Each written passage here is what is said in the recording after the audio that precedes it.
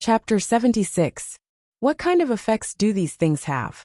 Lung pointed at the various plants that had been sorted out and placed on the rocks. You'll know when the time comes. Sillin sorted out the remaining plants in his hands and placed them to one side.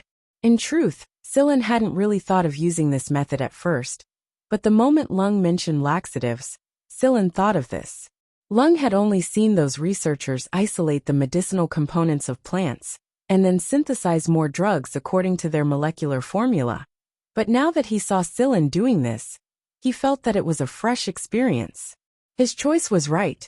Forming a team with Sillin would definitely not be boring. It seemed like he saw a great business opportunity from this. These things can really work? It wasn't that Lung didn't believe it, but that he found it novel. There were a lot of plants here that he didn't recognize, so he just plucked whatever Sillin asked him to. Moreover, the treatment for each plant was different. Some flowers needed pollen, while others needed nectar or petals. Although Lung had memorized these things, he didn't really understand them. Sillin pointed at the harvested herbs and said, before we entered the mechanical era, humans didn't have drug synthesizers, injection tubes, antibiotics, analyzers, or any electronic machinery at all. But they were still able to create all kinds of drugs, be it poison or tonics. They used the most primitive methods, and with these they were able to concoct the drugs we need. We can poison them just like this and make them have diarrhea. Lung narrowed his eyes, as if he could see the scene of those people from the 4th Military Academy bowing together. No, it's useless to poison the lake water. Drinking water is filtered and detoxified. Don't touch those herbs. Sillin threw a rock over, hitting Lung's hand that was touching the herbs. These are just grass. And didn't we touch them when we were in the forest before? Aya. Lung looked at his right hand. There was a red rash on the hand that had just touched the herbs, itchy and numb. However, this person didn't seem to notice it at all, smiling like he was asking for praise. See, it really works. What are you laughing at? Can you be any more stupid? Sillin wanted nothing more than to send this idiot flying with a kick. Next to it was a bottle carved from stone. There were a few other herbs soaked in it, and there was also the fragrance of nectar. Sillin poured some out and applied it to Lung. 5 minutes later, the red rashes gradually faded, leaving only faint traces. 10 minutes later, there wasn't even a trace left. As if he had seen a rare object, Lung flipped his right palm left and right, and then used his left hand to touch the herb. Sillin, why aren't you reacting? Lung raised his left hand. There wasn't a single red rash. Sillin rolled his eyes at him. This is an allergenic drug. After the first allergic reaction, the body will produce antibodies. However, most people won't develop a memory effect so quickly. This means that you have a good physique. Sillin had sent a secret message to Knight using a sound wave code. Every sound wave code was defined by themselves, so even if it was intercepted by other teams, they wouldn't know the meaning of the message. While Sillin was making the drug and Knight was formulating a plan of action, Serd and Hard ran into the 4th Military Academy. Serd was marked red, and Hard escaped by a fluke. At the same time, at 7 Light's base, Kong Man, who was controlling the Sentinel surveillance, suddenly discovered that a person had appeared in their alert range. Moreover, this person was walking over rather leisurely and openly, and had no intention of hiding at all. Kong Man notified Ci Jincheng and Fu Luo, and both of them were quite familiar with the person on the screen. This guy. Fu Luo did not express her opinion, but she did not ask Kong Man to activate the Sentinel attack either. Ignore him, Ci Jincheng said after a glance. But he's holding a gun. If that guy wants to attack, he won't let you see his gun, much less this kind of gun. Alright. Kong Man did not mobilize the Sentinel, but he did not let his guard down either. He had a feeling that the person was very dangerous. However, out of Kong Man's imagination, the person leisurely passed through the Sentinel's alert zone, arrived next to their base's spaceplane, and openly knocked on the door. Open the door, I'm so tired. Kong Man looked at Ci Jincheng. Ci Jincheng was responsible for the base's work when the others were out on missions. Open the door, it's fine, Ci Jincheng said. Kong Man sighed. Since Ci Jincheng had already said so, and Fu Luo did not express any opinion, Kong Man no longer cared. He opened the cabin door and let the person inside. Yo, Sister Feng, long time no see. The person greeted Fu Luo with a smile after seeing her, looking very familiar. Yu Lu, what are you doing here? Fu Luo raised an eyebrow at the call of Sister Feng and asked. Yu Lu shrugged. It's too noisy over there. They're busy marking the second military academy red. So I came here to sleep since I have nothing to do. Nothing to do? Come here to sleep. Kong Man felt that it was absurd. This person actually had the leisure to find a quiet place to sleep while his teammates were busy marking the red. But looking at Fu Luo and Ci Jincheng's expressions, it seemed that they were already used to this way of saying things. If you're not participating in marking the red, then why are you participating in the integrated warfare contest? Fu Luo asked. To watch the show, of course. Plus, I'm on vacation, so I came here to play since I had nothing to do anyway. Seeing that Kong Man kept staring at the gun in his hand, Yu Lu smiled. With a flick of his finger, the gun in his hand disassembled into several parts and fell neatly on the round table nearby. Kong Man's eyelids twitched. This guy was a dangerous person. Yu Lu yawned and asked, Is there a place to sleep? Find one yourself. Ci Jincheng answered without turning his head. Can I go to the bedroom? No. Yu Lu looked around, dragged a few chairs over and put them together. Then, he laid on top of them and yawned again. Wake me up when they go to turn in their mission. Otherwise, don't wake me even if they're all marked red. After saying that, Yu Lu closed his eyes and went to sleep without caring if anyone else agreed or not. Kong Man was dumbfounded. This person really was a weirdo. Ignore him, pretend he doesn't exist. Ci Jincheng said to Kong Man. How could they ignore such a dangerous person here? Kong Man curled his lips, sat down in front of the monitor, and continued his work. 5 minutes later, Kong Man couldn't hold it in any longer, and turned to ask Ci Jincheng and Fu Luo. Who is he?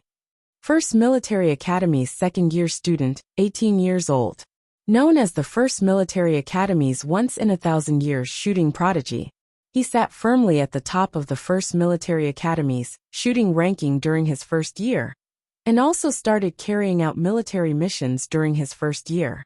After graduation, he would at least be awarded the rank of second lieutenant in the League of Stars. Fu Luo introduced to Kong Man 18 years old, second lieutenant in the League of Stars. It wasn't that easy to rise in the ranks of the League of Stars. Guns in the integrated warfare contest aren't really guns to him at all, so he probably didn't fire a single shot in the integrated warfare contest. Listening to Fu Luo's explanation, Kong Man looked towards the person snoring on the chair. You really can't judge a book by its cover. Chapter 77. No, I won't do it.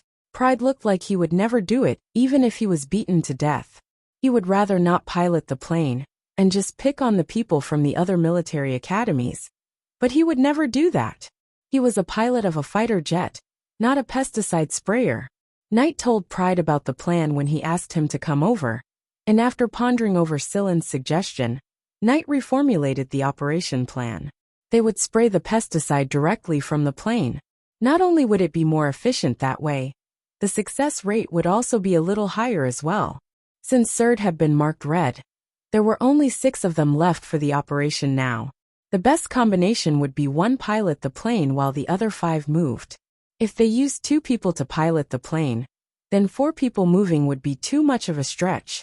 But Pride rejected him directly before he even finished listening.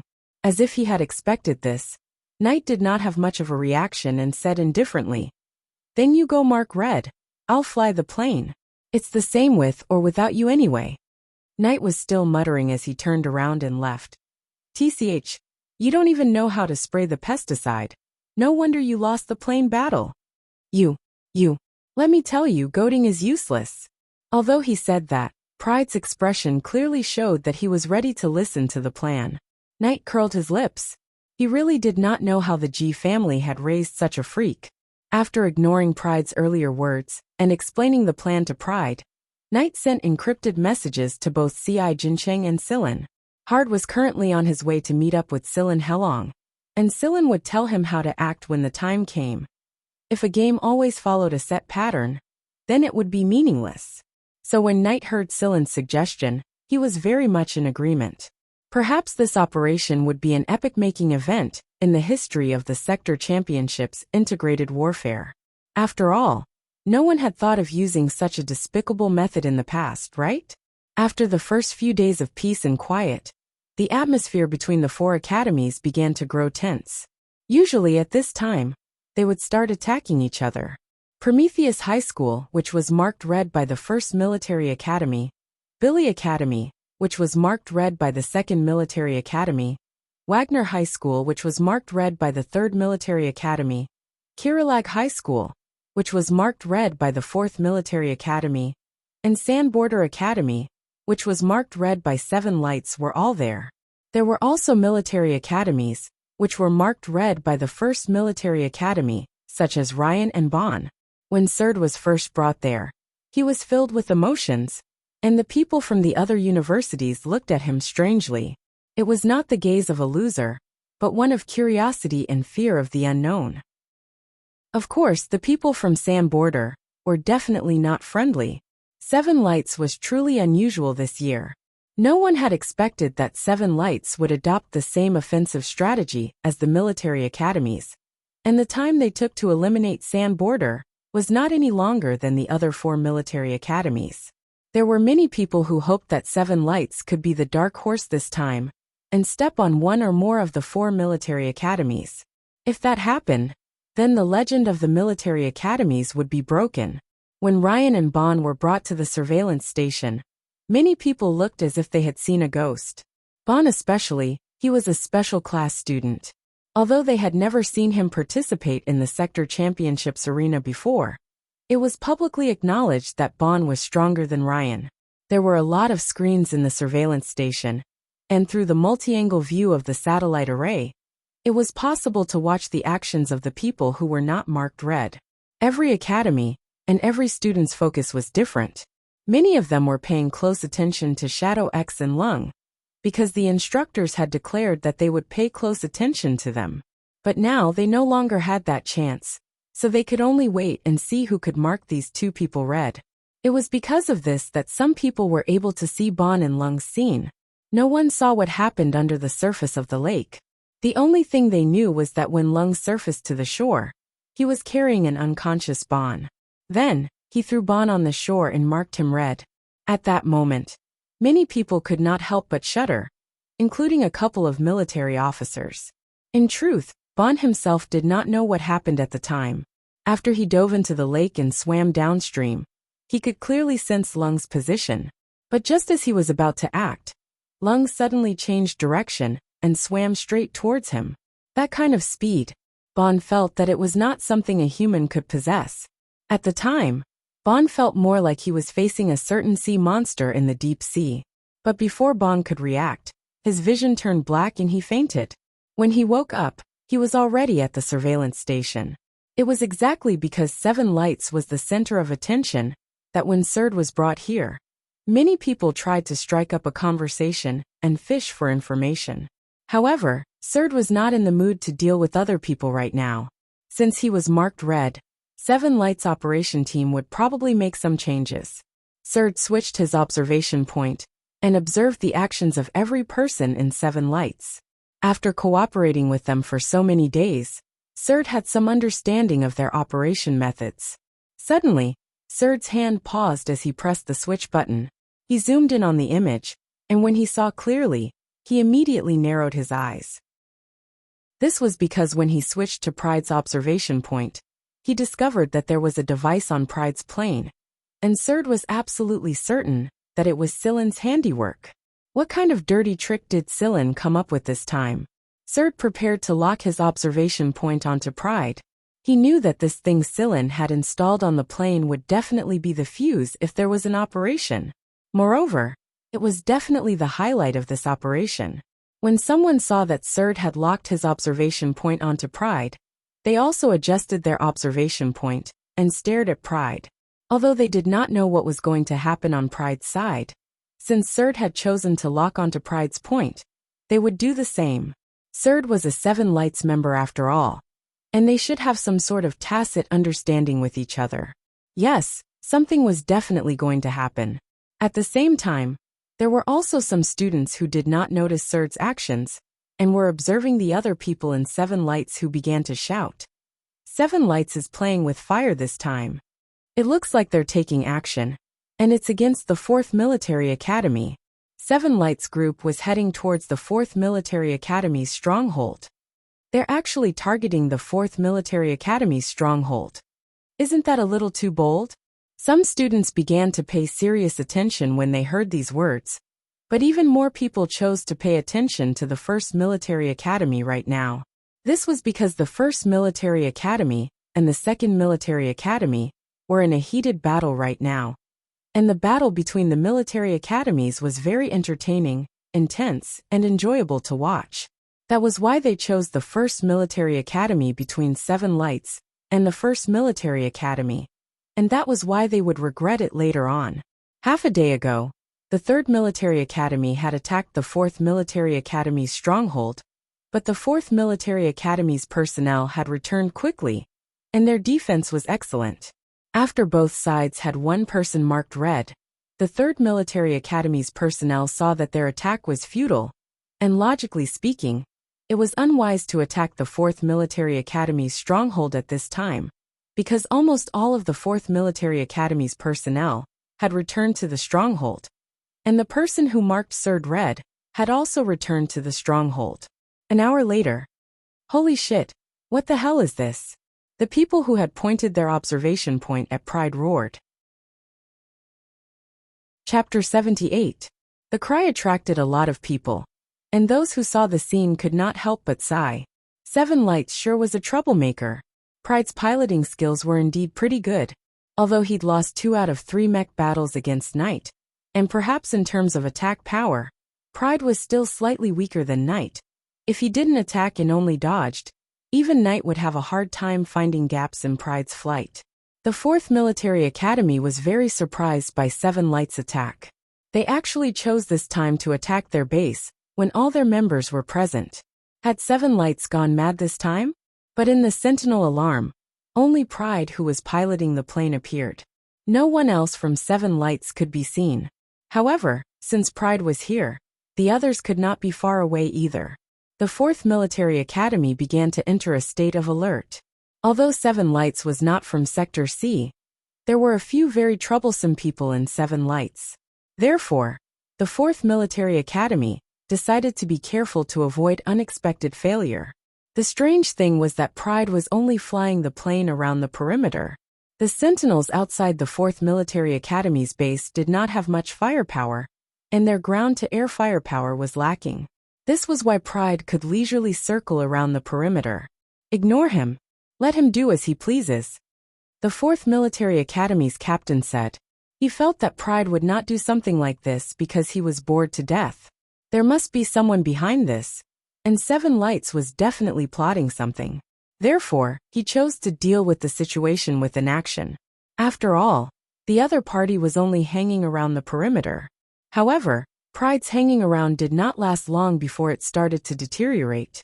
The thick brown-yellow smoke sprayed out of the plane gradually moved towards the 4th Military Academy's base along with the breeze. Pride flew the plane back and forth with the wind, and the brown-yellow smoke grew thicker and thicker. The optical equipment could not see the scene inside the smoke at all. At the surveillance station, the students saw this scene of brown-yellow smoke. They're actually using smoke? That's not the point. How did they get this smoke? The camp did not distribute anything related to smoke grenades at all. Inside the 4th Military Academy's spaceplane, the technical student did not grow nervous because of the brown-yellow smoke. Just because the optical equipment was not good didn't mean there was no other way. Smoke is already outdated. Before he could finish, he noticed a missile warning. It was the same missile that Seven Lights had used to slaughter Sand Border. However, the 4th Military Academy was also capable of intercepting 2 of the 3 missiles, and only one managed to burrow into the ground. When they learned of Seven Lights' method of dealing with Sand Border, the people of the 4th Military Academy had already made relevant preparations. That was why they were able to adjust their interceptions in time when the missiles appeared. Even if they missed one, they could immediately start the anti-invasion program. But a sentinel in the outer perimeter has been destroyed. Destroy it with manpower. Someone has infiltrated the smoky area. Although the invasion on Seven Lights' side had yet to succeed, it did cause some trouble for the sentinel system and made it less responsive. This gave the infiltrator an opportunity to take advantage of, and once they had infiltrated, destroying the sentinel that had been disturbed by the invasion would be a walk in the park. Seven Lights' main breakthrough point was the missile that had successfully burrowed into the ground, because radar detection was useless in that area. Moreover, that area was also shrouded in brownish-yellow smoke. Seven Lights must have made preparations beforehand, and the 4th Military Academy would not be able to gain the upper hand if they sent their men over. At the same time, the smoke was spreading towards them, and Seven Lights could also follow the smoke and break in. If they did not take measures in time, it would be troublesome if they were to break in. Captain, I'm going to red them. I'm going too. Me too. Wait. The 4th Military Academy's medical student frowned and said, I've analyzed the smoke's composition, but because the equipment we're equipped with isn't fully functional, we don't know if they're harmful to the human body, even if we've analyzed their composition. From the analysis of the smoke's composition, it could be concluded that most of the smoke came from the plants on this planet. Everyone had come into contact with these plants in the forest, and there were introductions about the plants and animals on this planet since a long time ago. There was no mention of any of them being highly toxic, and even if they were only slightly toxic and would not cause much damage. However, the medical student couldn't shake the feeling that something was amiss. Although every one of them looked harmless, there was no guarantee that they would be lethal if they were mixed together. Because of the smoke, there was no telling if the Seven Lights people were wearing protective gear, and they did not have equipment with more complete functions to conduct an in-depth analysis. There was no way to determine the harmfulness of the smoke. Back at the camp, they were routinely issued a head-to-toe protective suit, but for the longest time, very few people participating in the integrated warfare contest would wear it. It was because it would slightly affect their movements after wearing it, and in a battle between experts, the slightest bit of shadow was fatal. Therefore, more people would not wear protective suits. For safety's sake, 2 of the 4 people who went out wore protective suits, and the other 2 did not, but they did wear gas masks. It did not take long after the quartet entered the smoke zone to discover an anomaly. First, the Seven Lights people were not wearing protective suits, so the 2 4th Military Academy people who were wearing protective suits were taken out by Knight and Sillin each. Second, the 2 4th Military Academy people, who were not wearing protective suits, discovered that a lot of red rashes had appeared on the surface of their bodies, where they came into contact with the smoke. They were itchy and numb, and they were showing signs of spreading to their surroundings. Even though they were trained, it was very difficult for them to endure this forever. At the same time, they had to stay alert for any attacks around them. However, the duo did not last long before they were marked red as well. The 2 people who were marked red because they were not wearing protective suits wanted to cry, but had no tears as they stared at the red rashes on their bodies and lay on the ground like corpses. Yo, you 2 look pretty comfortable. Lung walked over with an infuriating smile on his face. You guys are so fucking despicable. To think that you would use such a thing. One of the people lying on the ground said, All's fair in war. This is called skill, understand? It was obvious that the duo understood it as well. It was just that they felt uncomfortable on the inside, and that was all they said. Lung looked at them with a pitiful expression on his face. He took out a bottle and poured the liquid inside on the 2 men's rashes. When he saw that the red rashes were gradually receding, Lung turned around with a smug look on his face. As expected, this young master has the potential to be the savior of the world. The 2 people lying on the ground really wanted to violate the rules and shoot this bastard red. It's obvious that this thing isn't something you, young Master Lung, can make. What the hell are you showing off for? At the surveillance station, the students could not see the situation inside the smoke. They only knew that the 4 people who went in were marked red. What the hell is going on? The 4th Military Academy is screwed this time. Seven Lights is truly amazing. I didn't think that they would actually be able to hack a military academy team. Serd was very happy right now. He was the one who was marked red by the 4th Military Academy. And now that the 4th Military Academy had been forced into such a state, it was obvious that they would not be able to hold on much longer if this continued. Serd felt a wave of satisfaction when he got his revenge for being marked red, but he regretted that he was not able to participate in this significant red mark battle. At first, the 2nd Military Academy thought that they would definitely be at the bottom this time. Due to Ryan and Bond's accident being marked red, the 2nd Military Academy's strength had greatly decreased. This was also the reason why the 1st Military Academy had set their eyes on them. However, they did not expect to receive another piece of news at this time. The 4th Military Academy had been completely wiped out, and they had been wiped out even earlier than they were. The 2nd Military Academy's originally heavy hearts immediately lightened up. Chapter 79. After the 2nd and 4th Military Academies had been eliminated, the game was almost over. 1st Military Academy was the first to collect all 10 energy blocks, and to everyone's surprise, 7 Lights had collected the energy blocks 2 hours earlier than 3rd Military Academy, obtaining 2nd place for the first time in history. The higher-ups of 7 Lights were probably so happy that their mouths were crooked. God knows how many people would rack their brains to squeeze into 7 Lights next year. In the space station, the officers were sitting inside the observation room. Unlike when they were at the camp, the observation room was quieter right now. The officers were all silent, and everyone except Gerard looked like they were deep in thought. Gerard was very happy. These kids sure lived up to expectations. He had to thank Juanil for not having the time this time, or this cushy job would never have fallen into his hands. Although he was a little reluctant when he took over, now it looked like it was a cushy job indeed. Gerard, just what is that kid's background? The leading officer of 1st Military Academy pointed at Sillin on the screen with his chin and asked. He's from the Duance family. I don't know how he grew up to be like this. Gerard expressed that he did not know either. About that modified missile, it's not something an ordinary engineer can do. Also, Sir Emo probably didn't teach him to make that thing, did he? Although it was theoretically possible to make something out of those materials, in reality, the officers had yet to see any of their integrated warfare students able to do so.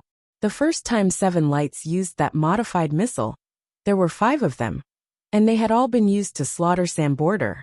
The materials inside the spaceplane were only enough to modify 5 missiles. And after the slaughter of Sam Border, Sillin had dismantled some usable materials from Sam Border's spaceplane and made the 3 missiles used to attack the 4th Military Academy's stronghold later on. I don't know about that. Why don't you ask Sir Emo? Gerard said helplessly. The leading officer of 1st Military Academy shook his head like he was having a cramp. I'm not going. Actually, this kind of talent can totally be absorbed into the army as soon as possible. It's too wasteful to let him develop outside. Another officer lamented. Gerard squinted at him disdainfully. You think we haven't tried? During the last 7 Lights mission, that kid performed very well, and he was even chosen by a lieutenant general sent down from above. Later on, that lieutenant general went to Sir Emo to ask for him, but Sir Emo scolded him so hard that he didn't even dare to make a sound on the spot. Even Juanil and I were scolded so badly that we couldn't even lift our heads for a few days. The moment we saw Sir Mo's car, we ran away as fast as we could. The others fell silent. They had some understanding of Emo Hung, so they could imagine what had happened. Even a lieutenant general was scolded to such an extent, so they, the field officers, should just forget about it. As the integrated warfare ended, the cadets had to return to the starship docked in the space station. This time, the officers were accompanying them. In order to commend everyone, Gerard deliberately used his connections to get some wine from the garrison of Planet C. N300. C. N300 to C. N976 could be considered a military route. There was no danger, and it was fine as long as there were robots piloting the starship. Everyone drank a little crazily, and even Fu Luo, who usually didn't drink much, drank a little. Adding that to their tense nerves during this period of time, they all slept in their rooms until they landed after drinking. After landing at Planet CN976 camp and holding a summary meeting, the 10 teams returned to their respective academies. Sillin, 7 Lights held a banquet for us, Hard said excitedly, while holding a microcomputer.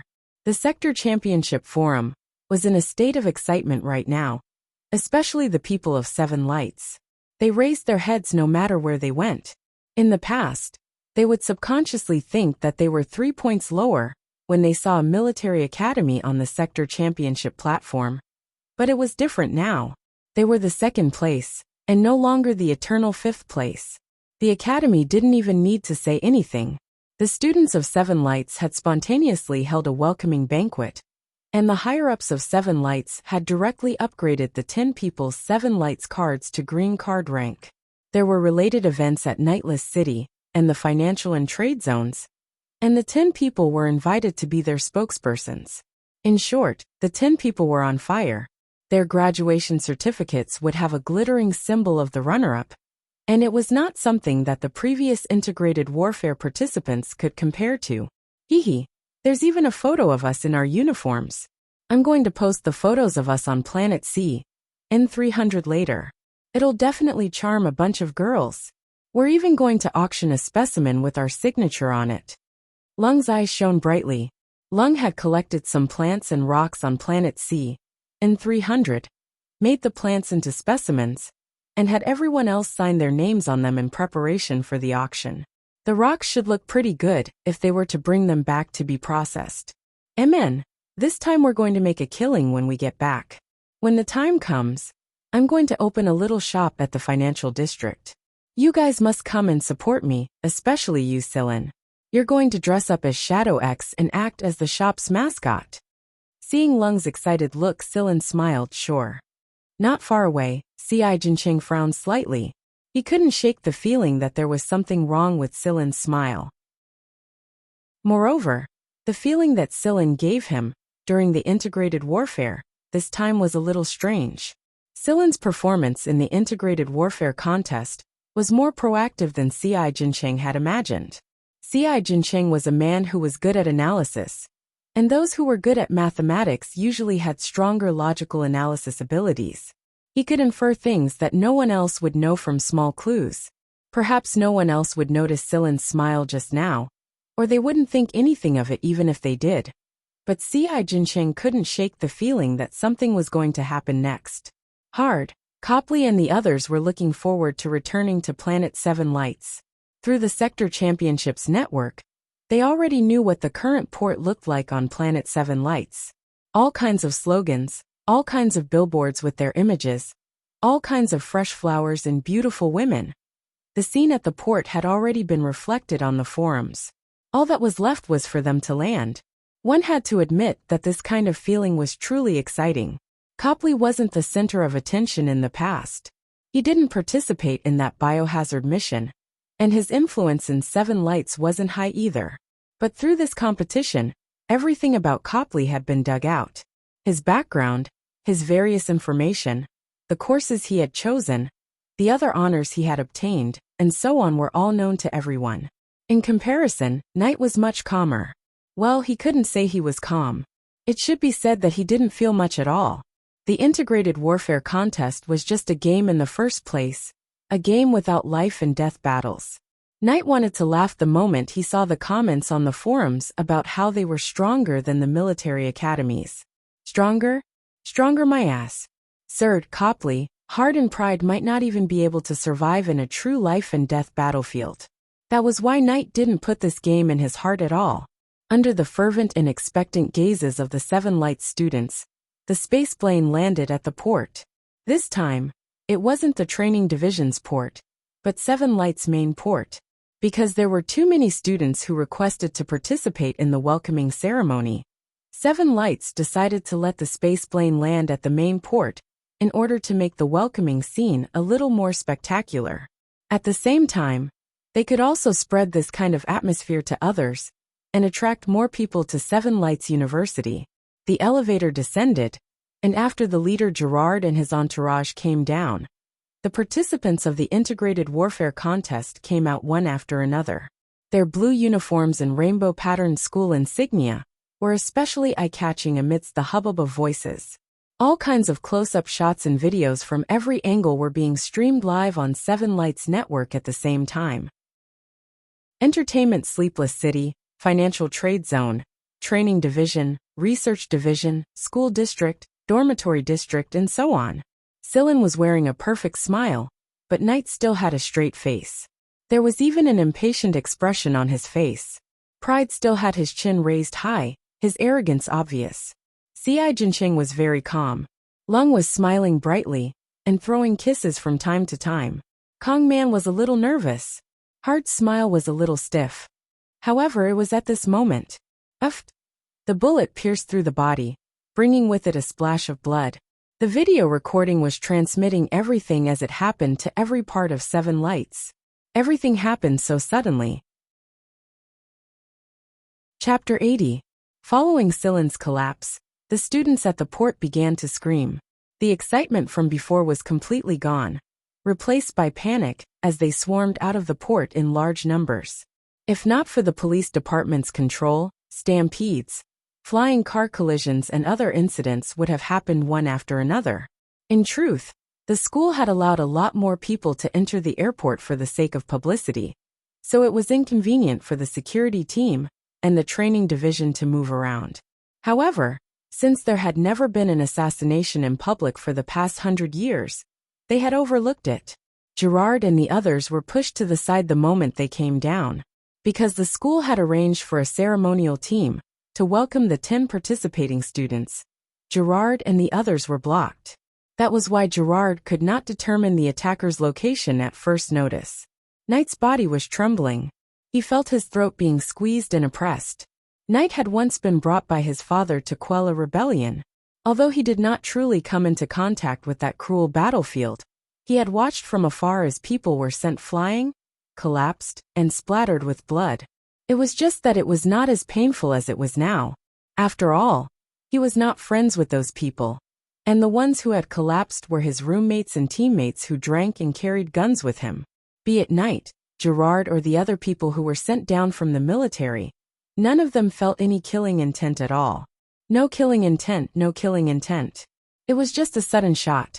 They were truly powerless, and they could not analyze the attacker's location in time. They did not find anything unusual from the surveillance footage sent over from various areas. Without hesitation, Lung took out a drug and injected it into the fallen Sillin. He had always carried it with him to save his life in an emergency. The drug would stimulate the patient's life potential to the maximum, allowing the wounded to obtain greater vitality. After the injection, Lung immediately dialed a number. It was his private medical team in 7 Lights. They had the most advanced analyzers there. He would not put all his hopes on the people of 7 Lights. Fu Luo and the medical staff who had rushed over immediately performed first aid. She could tell at a glance that although the bullet did not hit the heart, it was very close to the heart. Under normal circumstances, Sillin's condition should not be this bad. From the looks of it, there should be other substances in the bullet. After the bullet penetrated Sillin's body, it hit the space plane behind it and swiftly disintegrated into powder. There was no way to analyze anything else from the bullet, but it was enough to show that this assassination was prepared. Since Lung had injected Sillin with medicine as soon as the accident happened, Sillin's vital signs were still relatively stable even before he was carried into the emergency cabin. However, he did not expect that on the way to the emergency room, his life signal would rapidly weaken. Before any effective measures could be taken, the life indicator showed that he was dead. Even so, the paramedics still sent Sillin to the emergency room for resuscitation, but to no avail. Lung's private medical team also came over, but just like before, they were powerless to save the situation. The toxin was a kind of plant toxin that originated from Sector Z. It was hard to come by in the first place, and the antidote was also rare in the first place. However, the antidote's molecular formula was known, but by the time the antidote was synthesized, its life signal had already stopped. Nat had smashed several walls of the hospital, Although the people in the hospital were infuriated by Knight's bloodshot eyes and murderous aura, they dared not say anything in front of him. The rest of Seven Lights really did not dare to forcefully drag Knight and Lung, these two people who were brimming with killing intent. However, the duo had left hurriedly after receiving the communication. No one knew what had happened. Aflon, who had become the heir of the Duance family, had sent a message regarding Silen's assassination. Very soon, Aflon's men had come over to send Silen's body and belongings back. Knight and Lung had received C.I. Jincheng's call. Right now, all parties were investigating, but they still had no clue as to who the assassin was. There was no progress at all. The moment they heard that there was news from C.I. Jincheng, the duo quickly returned to the dormitory. C.I. Jincheng was sitting in the living room. He was the calmest person to react to today's incident. Knight was very dissatisfied with C.I. Jincheng's performance, and this dissatisfaction was directly manifested in his tone. Speak. Lung did not speak and sat down on the sofa. His killing intent had not been concealed yet, but his complexion was very bad. Those who knew Lung would know that this kind of behavior meant that a storm of blood would soon follow. Lung had never been a kind person. C.I. Jincheng did not mind Knight's tone at all. Instead, he passed over his personal tablet. This is the message I've deciphered from the code Silen left behind. Take a look first. When Silen was shot, C.I. Jincheng was the closest to him, and it was obvious that this was not a coincidence. After Silen had collapsed, C.I. Jincheng had crouched next to him. At the time, C.I. Jincheng was also very worried and nervous. But when he saw the movements of Silen's fingers, he knew that this matter was not as simple as it seemed. That was also a type of code. It was different from the one Silen had used in the double combat tournament. It was a more complicated code. The former was faster, while the latter was more difficult to decipher. It required multidimensional decoding and matrix analysis. Silen's movements at the time were rather subtle. Even if the medical personnel saw it, they would only think that it was caused by a spasm.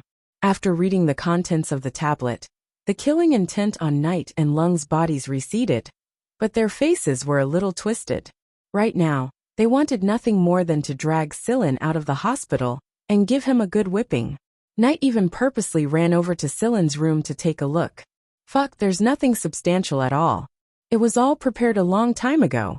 In the information on the tablet, Silen had only briefly explained that this matter had been arranged, and that they did not need to worry. Also, Silen Duance was also going to disappear from this world. The reason why he gave such an explanation was firstly because of trust. Silen had confidence in the trio. Secondly, if Silen did not say anything, these people would probably turn Seven Lights, or even a couple of sectors into chaos. At the same time, at the research division, the Chief Mo Hung had been locked inside the workshop ever since he returned from the hospital. Whenever the others recalled Mo Hang's ugly expression and low pressure when he returned, they immediately swallowed their words. Everyone thought that Mo Hung was sad because his beloved disciple was assassinated. But that was not the case. Mo Hung was in a very bad mood, but not because he was sad, but because he was depressed. He knew that something like this would happen to Silen a long time ago. Before Silen went to participate in the integrated warfare tournament, the machine he assembled had a password on it. It was something that only a machine member would understand, but even if a machine member knew it, they would not understand the meaning of the password. This was because the password was arranged according to a person's habit, and different people would see different information. Therefore, unless one knew the sequence of the password, they would only see a bunch of garbled codes. From those passwords, Mo Hung learned of Silen's plan. And he also knew that Silen would leave just like this. Although Silen promised that he would contact Mo Hung in the future, Mo Hung still felt suffocated in his heart. Now that Silen had left, he could no longer boast openly. Kong Man, Hard and the others felt that the assassination of Silen was unreal. It was as if they still could not accept it. Just a moment ago, such a powerful and outstanding person was discussing the welcoming banquet with them. And in the next moment, he was gone just like that. To them, it must be said that it was a huge shock. Lung put up a bounty of 100 million to find the true culprit. Of course, this was just a cover. Otherwise, if something had really happened to Sillin, with the temperament of young Master Lungs and Dryer family bloodline, the bounty would not be just 100 million. Since the investigation had not made any progress, Seven Lights announced to the public that it might be Blackthorn's doing. This statement was given by Aflon of the Duance family, so Seven Lights followed it. Moreover, this statement could reduce Seven Lights' responsibility to the minimum, so the higher-ups of Seven Lights were happy to see it. 20 days later, on a starship at Sector D, a brawny young man with brown hair and a simple and honest-looking body walked into a room with a backpack on his back. The person inside had been waiting for a long time already. "Long time no see, Captain," the young man said with a simple and honest smile. "Welcome back, Sillin." Chapter 81. There was another person in the room other than Shotten. It was a girl who looked to be around 6 or 7 years old. She was sucking on a lollipop and was engrossed in a gunfight game. She ignored Sillin's entrance and kept her eyes glued to the screen. "The payment has been received. It looks like Aflon is very satisfied with this matter." Shotten flicked the card in his hand and said, Sillin Duance had already disappeared from this world. Not even Aflon would know what Sillin looked like right now. Aflon, who had obtained the position of heir, very generously gave out the payment. One portion was Sillin's, and the other belonged to the 6th team. The payment this time alone was enough to cover the daily expenses of the 6th Division for an entire year. It had been almost a year since Sillin accepted the mission. During this time, no one in the 6th Division knew of Sillin's existence or whereabouts except for a few individuals. It was only when the mission was over that Shotten told Yudi, Carrie, and the others about Sillin. This was because they had met Sillin for the first time, and they were also part of the Diaz squad. They would continue to get along in the future. Who are you?" The little girl who was playing raised her head to look at Sillin after finishing a round. Her big sky blue eyes were filled with vigilance and curiosity. Sillin was also very curious. Shotten had actually brought this little girl with him. Could she be his illegitimate daughter? But it didn't look like it. Shotten smiled and pointed at Sillin, introducing him to the little girl. "This is Sillin." Then he pointed at the little girl and said to Sillin, "This is the new member who joined not long ago, Tang Chiochio." Before Sillin could be surprised by such a young new member, Tang Chiochio cried out, "Impossible! Sillin doesn't look like this." Sillin pulled over a chair and sat down in front of her. "I am Sillin. Do you have any objections?" "You're not. Sillin has light gray hair, and his eyes aren't like yours. They don't look alike, and Sillin is thinner than you," Tang Chiochio said with certainty. "I had plastic surgery." "You're talking nonsense." "I'm not talking nonsense. You're just talking nonsense." "I'm not spouting nonsense." "You. What about me? What makes you think I'm not Sillin?" "Because I was the one who shot him," Tang Kikikyu roared angrily. Sillin was shocked and looked at Shotten. Shotten nodded. Sillin had always thought that the one who opened fire at Seven Lights Port would be Shotten, because Shotten had said that he would personally take action during their discussion. With the leader of Vanguard Division 6 personally taking action, it would be very difficult to track him down. Moreover, the incident was completed perfectly. Up until now, Seven Lights had yet to discover the suspect who fired the gun. But who would have thought that it would be this little girl who fired the gun?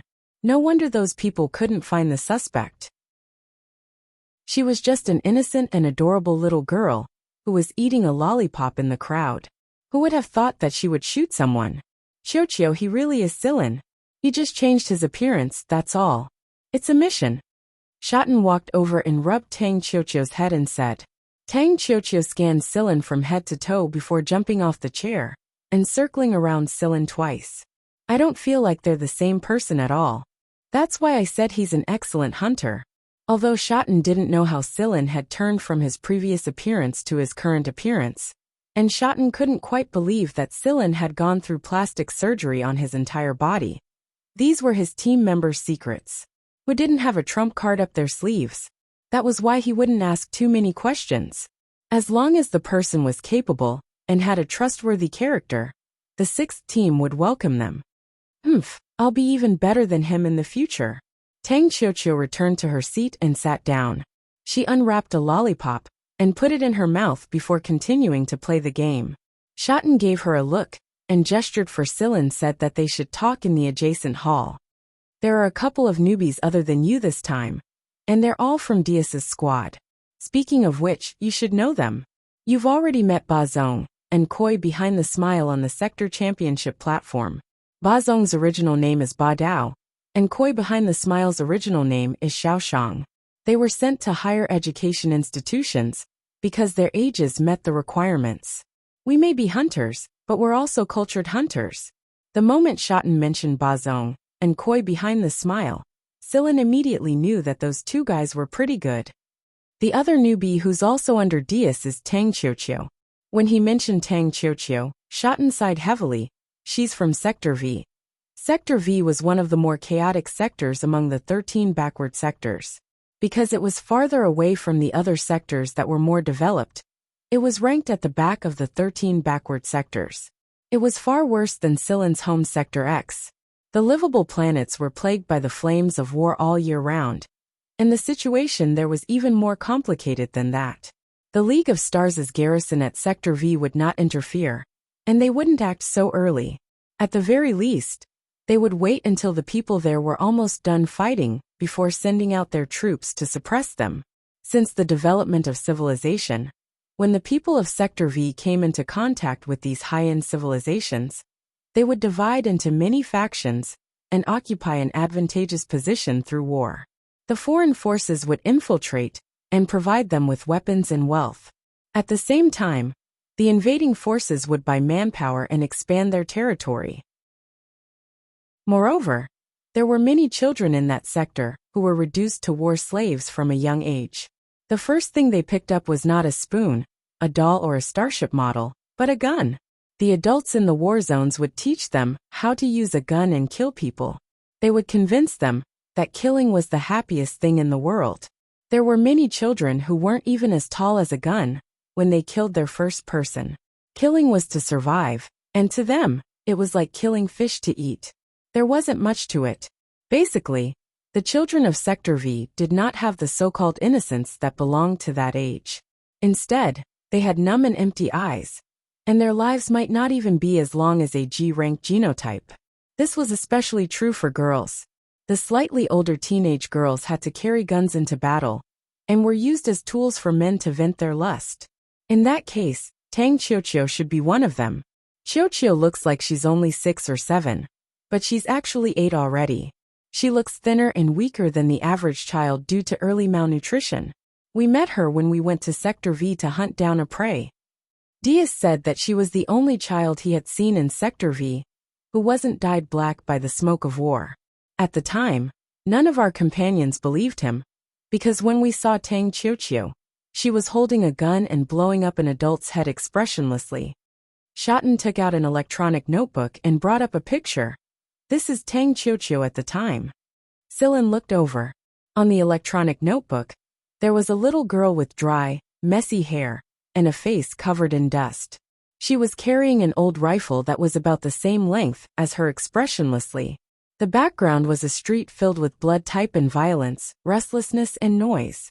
You know, Dias may not be outstanding in other aspects, but he's a good judge of character. At the time, Dias had tossed away his gun in front of Tang Qiuqiu and walked towards her with a kind smile. He signaled us not to follow, not to take out our guns, and it would be best if we didn't look in his direction. At the time, when we saw Qiuqiu pointing a gun at Dias, if Dias hadn't told us not to act rashly, we might have opened fire. At the time, we were so scared that we were drenched in sweat. When he said this, Shotten couldn't help but laugh. Dias didn't pay attention to Qiuqiu's gun barrel. He walked in front of her and took out a few sugar balls he bought along the way to grind his teeth and passed them to her. At first, Qiuqiu's eyes were filled with caution and suspicion. Then, Dias picked up one of the sugar balls, peeled off the wrapper, and stuffed it into his mouth. He smacked his lips and chewed on it loudly. Perhaps it was the sweet smell of the fruit that attracted her. When Dias peeled off the wrapper and passed it to her, she caught it and stuffed it into her mouth. After she stuffed the candy into her mouth, she smiled at Dias. Shotten brought up another picture. Sillin looked over. The electronic notebook still showed that face covered in dust, but the cold gaze from before was gone. It was a very clean smile. At that moment, those eyes were as free as the sky. Chapter 82. Diaz had bought Tang Qiuqiu from Sector V. In reality, a war slave of Tang Qiuqiu's age was worth less than 1,000 galactic credits. It could be said to be extremely cheap, and a lot of people from other sectors would buy war slaves from there. Due to the environment, these war slaves were basically cannon fodder. They basically had no names in the war zone, so after she was bought, Diaz had asked her to change her name. And so Tang Qiuqiu was born. Since everyone needed to complete a mission before they could officially join the team, Shotten had passed the assassination mission to Tang Qiuqiu after a series of tests and training. After all, Tang Qiuqiu's qualifications were much better than Shotten's. The team has been active in Sector T recently. Diaz's squad is hunting alien beasts. When you and Tang Qiuqiu arrive at the transit planet, you and Tang Qiuqiu will meet up with them. I'll return to the main starship directly. I have other matters to attend to over there. Shotten explained the following arrangements to Sillin. As the 6th Division's captain, Shotten was very busy. Alright, I understand. The remuneration you receive belongs to you yourselves. The team will not ask for additional bonuses. Buy whatever you want. You can be considered a little rich now, Shotten said with a smile. It was true that Sillin had gotten a lot of money from Aflon for this mission. In total, it was almost 100 million galactic credits. This was something he and Shotten did not expect at first. Before they arrived at Sector T, Sillin and Tang Qiuqiu played a little gunfight since they had nothing to do. It had to be said that the kids who grew up in Sector V were different from the rest. Not only were they decisive when firing a gun, their judgment was also very accurate. Otherwise, Shotten wouldn't have let her be the shooter. As long as the target wasn't moving at high speed and was within her shooting range, Tang Qiuqiu could be said to be 100% accurate. After coming into contact with the 6th team, Tang Qiuqiu had met a lot of great shooters. She had been exposed to all kinds of gun models. At the same time, she had learned very quickly. She had mastered almost every type of gun as soon as she got a hold of it. Children at this age had a very strong learning ability. However, she seemed to learn things that she shouldn't have learned very quickly. Fuck. What the hell? Puff Shotten, who was enjoying his tea, spat out a mouthful of tea. Sillin looked at Shotten speechlessly. This sentence coming from the mouth of an 8-year-old child was too shocking. Moreover, it was a girl. Who taught her this? However, the person who spoke didn't seem to realize it at all. He was still sucking on his lollipop and frowning at the screen. Ahem, Tang Qiuqiu, girls should be more refined. Shotten didn't know what to say. He had no experience in teaching children. Tang Qiuqiu was puzzled. Can't I say this? Big brother Xiaoshang often says this. Xiaoshang, you're asking for a beating. It's fine if you say it normally, but how dare you say such nonsense in front of a child? Shotten gritted his teeth. Sillin, when you see that bitch Xiaoshang, punish him. Yes, sir. Shotten turned around and straightened his face. Tang Qiuqiu, Xiaoshang and the others can say that, but you can't. It's not good for a girl to say that. Tang Qiuqiu frowned. But it feels quite exciting. Exciting my ass. Shotten almost cursed it out loud, but he retracted his words in a daze. A single mistake may cause everlasting sorrow. Xiaoshang, your sins have deepened yet again. Diaz's squad love to act like hooligans the most. As the saying goes, a crooked stick will have a crooked shadow. If even Diaz behaved like that, then there was no need to even mention the rest of the squad. Carrie and Xiaoshang would always spout nonsense whenever they ran into each other. However, Tang Qiuqiu chose to stay in Diaz's squad. She refused to go to any other squad at all. Such a beautiful flower wasn't dyed black in the smoke of Sector V, but died in the 6th squad instead. Shotten dared not imagine what kind of person Tang Qiuqiu would become in an environment where hooligan words flew everywhere. Shotten said seriously, Tang Qiuqiu, it's not beautiful for a girl to say such things. However, Tang Qiuqiu's frown grew deeper. Her expression clearly said, what is beautiful? Why must it be beautiful? Both Shotten and Sillin fell silent. That's right. In Sector V, everything other than life and death were fleeting clouds. Beauty and ugliness were all equal after a single shot. Ahem, Tang Qiuqiu, are you unhappy about losing? Shotten changed the topic and stopped dwelling on that sentence. The next time he saw Xiao Shang, he was definitely going to give that kid a good beating. The moment the topic was brought up, Tang Qiuqiu pouted. I lost by 1 point. Tang Qiuqiu did not have this many expressions when she was still at Sector V, but after she came into contact with the 6th squad, her expressions gradually became richer. When she saw some children pouting when they were dissatisfied or conflicted on TV or in magazines, she followed suit. Diaz even recorded a video of Tang Qiuqiu practicing pouting in front of a mirror. It was very funny, but also somewhat sour. You lost by 10 points at the beginning, but haven't you been losing less and less in the last few rounds? You've improved a lot. Although Sillin had gone easy on her, he could clearly feel Tang Qiuqiu's improvement. Her absorption ability was too strong, and her adjustment speed was too fast. Tang Qiuqiu did not speak. She bit down on the lollipop as fiercely as if it was Sillin, crunching loudly. One more round. Tang Qiuqiu rolled up her sleeves and prepared for battle. We'll talk about it next time. We still need to find the lieutenant commander and the others after we reach Sector V. Alright, let's go find Brother Diaz first. We'll compete to see who can hunt more alien beasts then. Maybe we'll catch up and hunt more than Carrie and the others. Yeah, and there's that slut brother Xiaoshang too. Shotten, who was walking out of the door, stumbled and nearly fell to the ground. As expected, words should not be spoken carelessly. Tang Qiuqiu, slut isn't a good word. Girls shouldn't say it carelessly. Seeing Sillin and Shotten's serious expressions, Tang Qiuqiu continued to pout. Fine, I won't say it. After entering Sector T's transit planet, TC-100, Shotten separated from them. Someone was to receive him back to the main starship, while Sillin and Tang Qiuqiu bought a flight to planet T, H001. Now that Sillin and Tang Qiuqiu both had new IDs, it was not difficult for Vanguard to obtain such legal IDs. The flight was still more than half a day away, so Sillin brought Tang Qiuqiu to eat a good meal first. Tang Qiuqiu's appetite was larger than the average child of her age, but she was not a picky eater. Moreover, she would try her best to finish everything she ordered.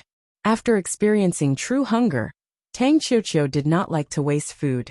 Sillin looked at the time. There were still more than 5 hours before the flight. He brought up the surrounding map and looked at it. Then he said to Tang Qiuqiu, who was drinking fruit juice, Qiuqiu, there's still 5 hours before the flight departs. How about we go for a walk? There's an amusement park nearby. We'll be done after a while, so we don't have to sit here and do nothing. Tang Qiuqiu's eyes lit up the moment she heard amusement park. She had only seen it on television and magazines, and had never experienced it herself. Seeing the children in the video seem to be having a good time, Tang Qiuqiu was tempted as well. Alright, let's go to the amusement park. Tang Qiuqiu carried a glass of fruit juice out of the restaurant with Sillin, and took a taxi to the amusement park. Chapter 83. I want that. Tang Qiuqiu looked excitedly at the variety of candies displayed on the counter. These candies were exquisitely packaged, and the cute boxes were more attractive to children than the candies inside. But why was she referring to the poop green dinosaur and not the pink bunny dolls beside it? However, this was a vending machine, and there was no human salesperson. If there was, the salesperson would definitely look at Tang Qiuqiu strangely.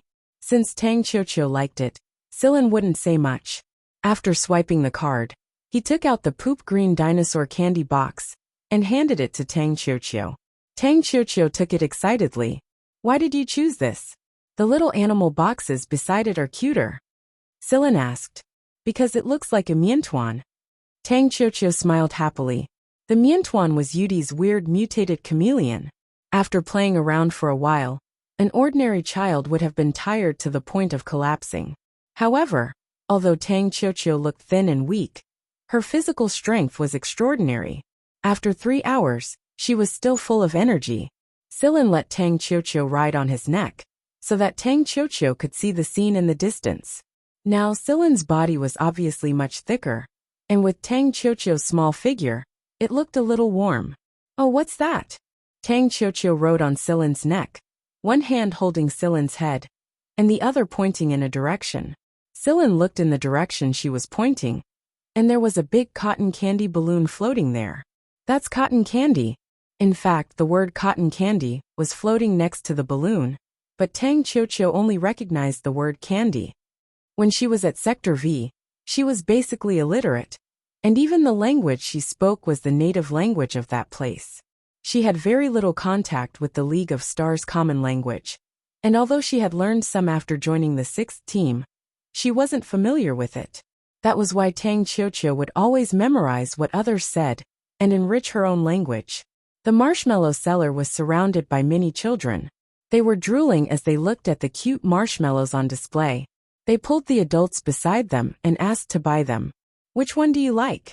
Silen asked. Since Tang Qiuqiu was riding on Silen's neck, she could see all the marshmallows on his neck clearly. "That." Tang Qiuqiu pointed at a cotton candy that was making a funny face. "Boss, I want the one that makes faces. Also, make one custom-made just like us." "All right, but it will take about 10 minutes. "All right." Silen paid the money first. These marshmallows were all freshly made and sold like hotcakes. They were bought almost immediately after they were made, and some of the people waiting had chosen to have them custom-made. At first, Silen wanted to take Tang Qiuqiu to other places for a spin, but Tang Qiuqiu didn't want to leave. She just wanted to watch how the man made the marshmallows. When the surrounding children saw Tang Qiuqiu riding on Silen's neck, they pestered the adults beside them to do the same. Tang Qiuqiu glanced at them and smiled brightly. When they returned to the airport, Tang Qiuqiu chewed on the marshmallows all the way. Silen carried a big bag full of marshmallows in his hand. Of course, there was also a bottle of tooth protector. Otherwise, Tang Qiuqiu's teeth would go bad if she ate the way she did. It didn't take long for Tang Qiuqiu to fall asleep on the TC-100 to TH-001 flight. She had too much fun today, and she was a child after all. She needed rest. When she fell asleep, there was still a smile on the corner of Tang Qiuqiu's lips, and she was hugging the dinosaur candy box in her arms. Silen pressed a button next to the seat, and a panel popped out. Then Silen began flipping through the magazines on it. There were a lot of things reported in the electronic magazines recently, and Silen saw things about him while he was flipping through them. Assassination of the Duance family's heir's son. 7 Lights genius assassinated. Many of the details in the magazines had been diluted. They did not mention 7 Lights' negative influence, and many of them even absolved 7 Lights of responsibility. This meant that the higher-ups of 7 Lights had done their best. The title alone was enough to shock anyone, but there wasn't much description. There wasn't even an image or video, and it was heavily diluted. Even Silen's name did not appear, and only replaced it with the Duance family's heir's son.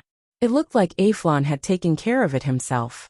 This matter was also linked to another matter regarding the Duance family.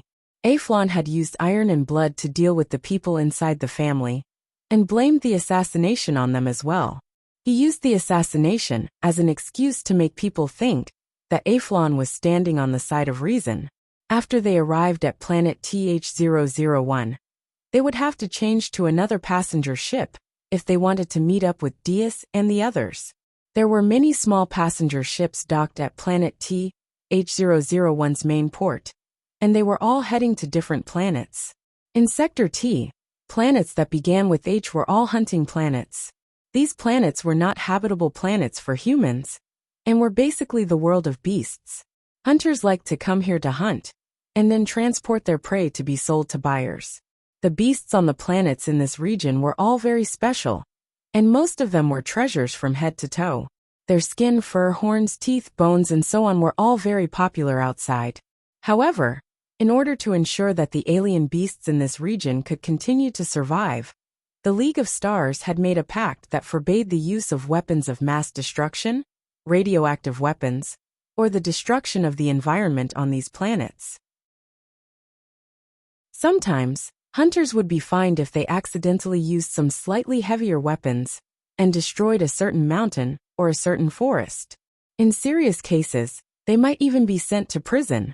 Diaz's squad's hunting spot was at Planet T, H036.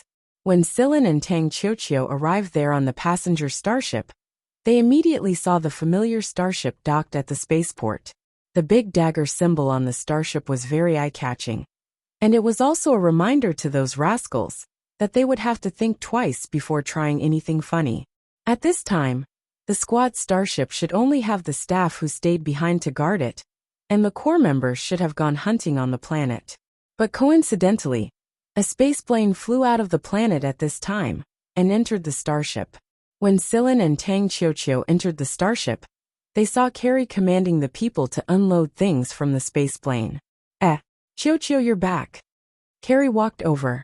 He was going to hug Qiuqiu, but he gave up in the end when he saw the red and blue alien blood on his body. Seeing Carrie looking at him with a puzzled expression, Sillin smiled and said, "Long time no see, Carrie."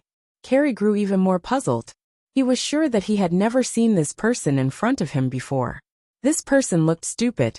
Tang Qiuqiu giggled. It looked like she wasn't the only one who couldn't recognize him. He's Big Brother Sillin. The fact that Tang Qiuqiu was able to add the word Big Brother behind Sillin's name meant that she had now acknowledged Sillin. Previously, she would just call him Sillin or not. Sillin.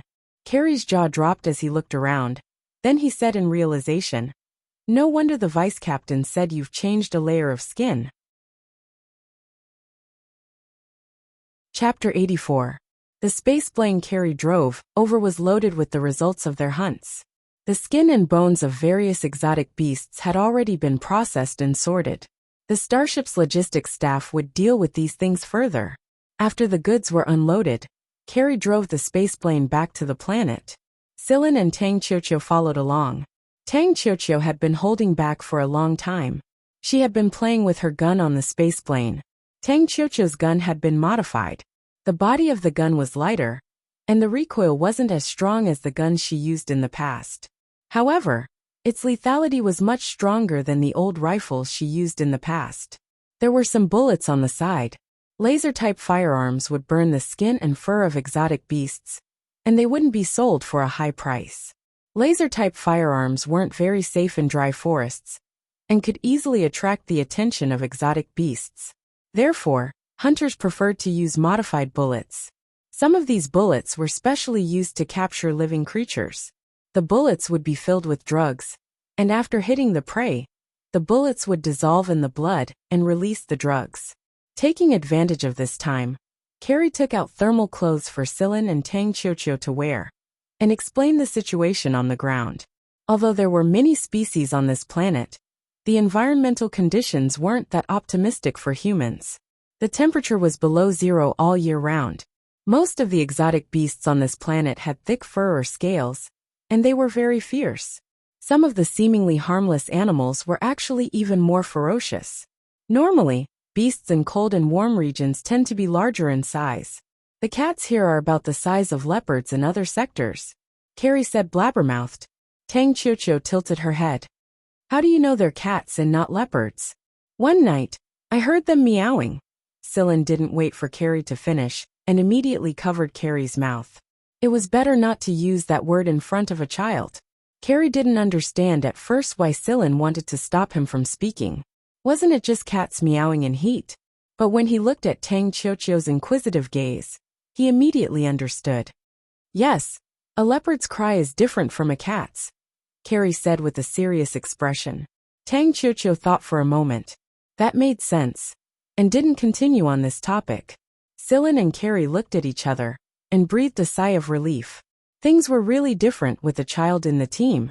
They still had to keep their mouths shut in front of her. The spaceplane landed in front of a 3-story building. A similar spaceplane was parked around the building, and someone was loading goods into it. This time, it was basically filled with living creatures, stored in specially made cages. Because they had been injected with medicine, those exotic beasts were all lying in the cages dispiritedly. Carrie pointed at an animal that looked like a squirrel, but was 3 times bigger than an ordinary squirrel and said, "Look, aren't they cute like this? Furry."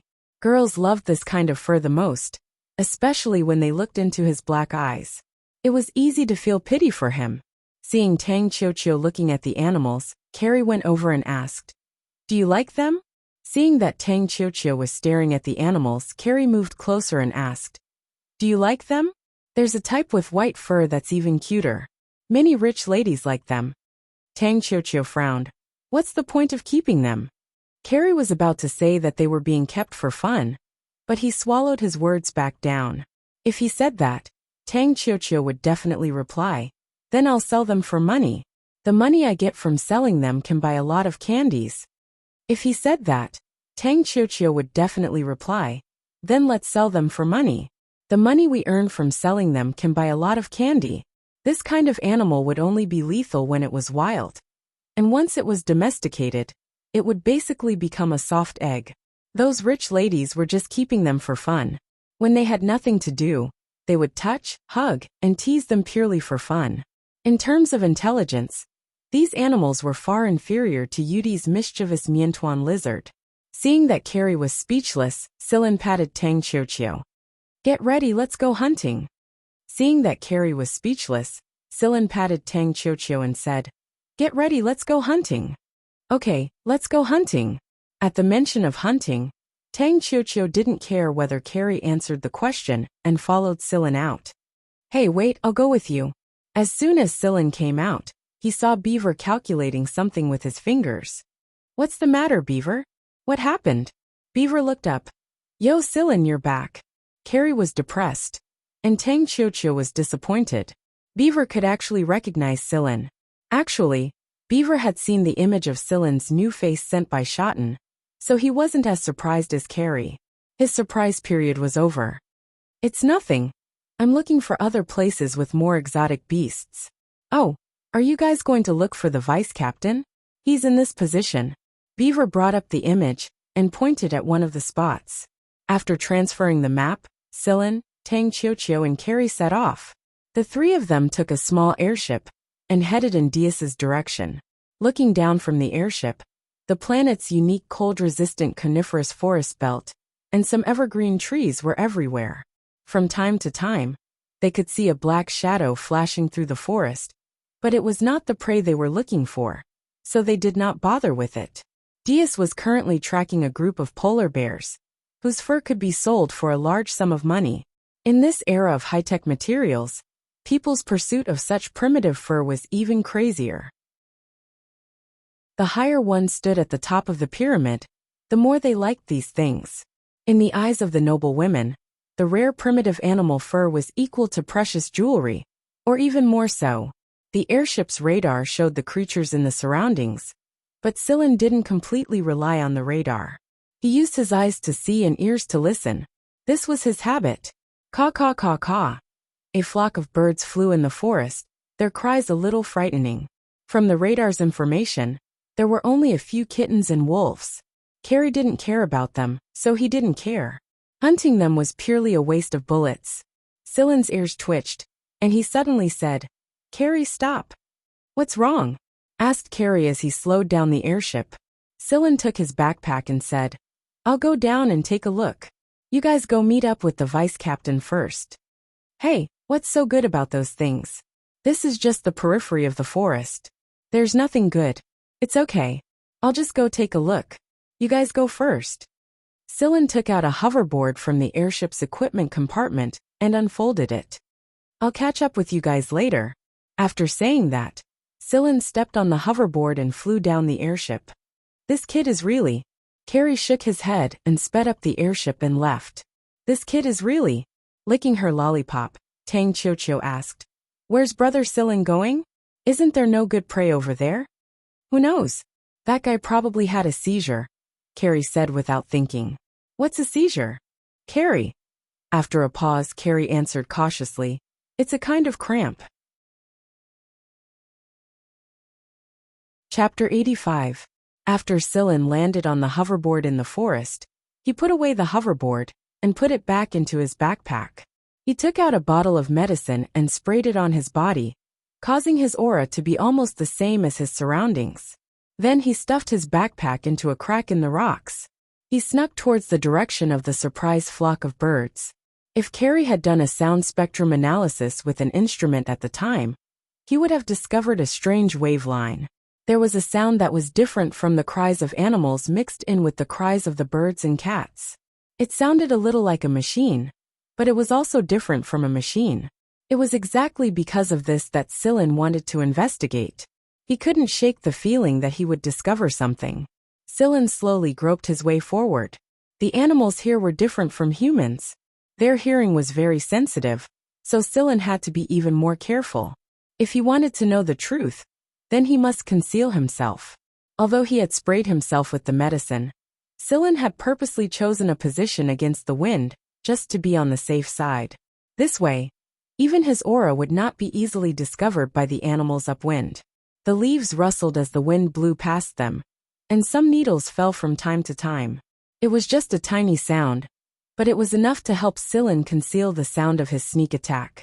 Gradually, Sillin could hear a few low growls from the other side, and the warning whines of the cats.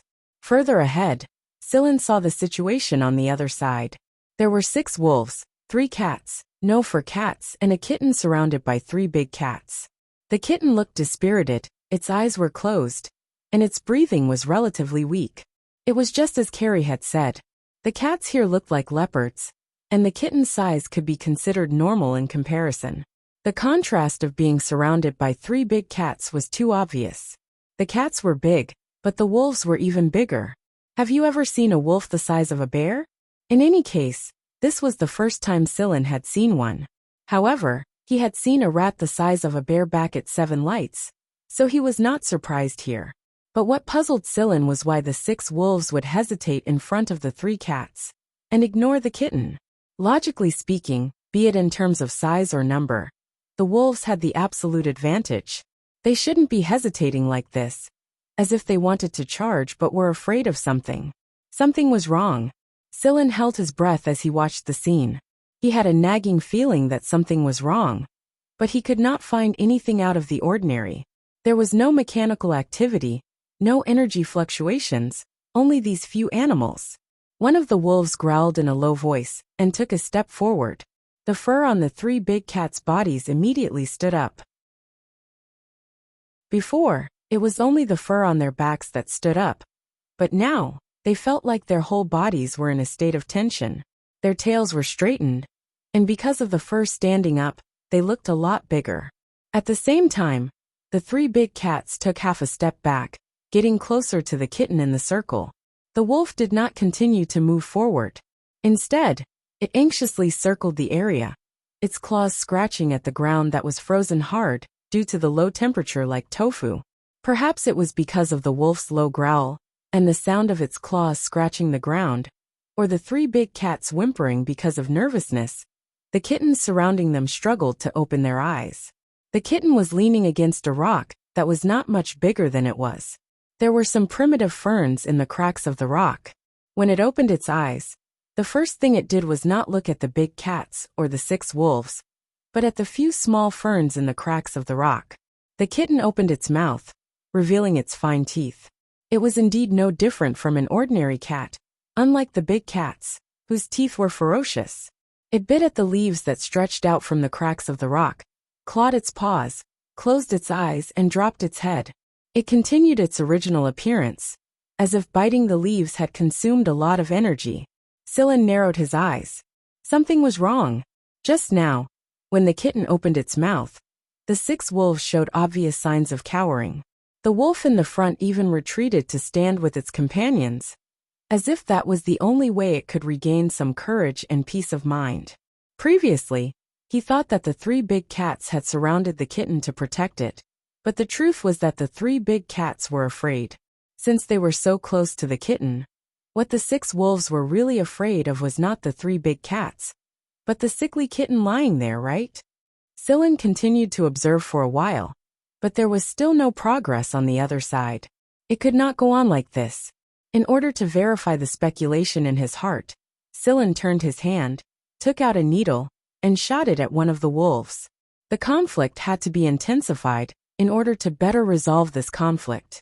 While they were confronting each other, the wolf that was shot in the butt suddenly jumped up and howled. It wasn't because of pain but because of fear. The wolf's fur was very thick, and Silen's needle did not penetrate much of it. However, the highly nervous wolf reflexively jumped a step forward when it felt the pain on its butt. The other wolves behind it seemed to have received the encouragement and jumped forward as well. When the three big cats saw that they had actually rushed forward, they also decided to fight to the death. The situation instantly became chaotic, and because of this, Silen saw a shocking scene. The kitten that was originally lying on the ground, making people feel that it was exhaling more than it was inhaling, suddenly had its head expand, and it was even bigger than the wolf's body. The originally gray fur contracted and changed, and its skin revealed a metallic luster. At this moment, it did not look like an animal at all, but more like a mechanical body. No, it should be a combination of a mechanical body and an animal, because except for this strange mechanical head, its torso and limbs still maintained the original shape of the kitten. The swollen mechanical cat had opened its mouth and swallowed the nearest wolf in one gulp. Then, the mechanical cat head slowly changed back to its original state, and the metallic luster disappeared. Its fur reappeared, and it returned to its original appearance, lying there half dead and half alive, continuing to be weak. When the kitten transformed, the 6 wolves wanted to immediately escape from the battle, but the one closest to it didn't have time to escape, and suffered a disaster.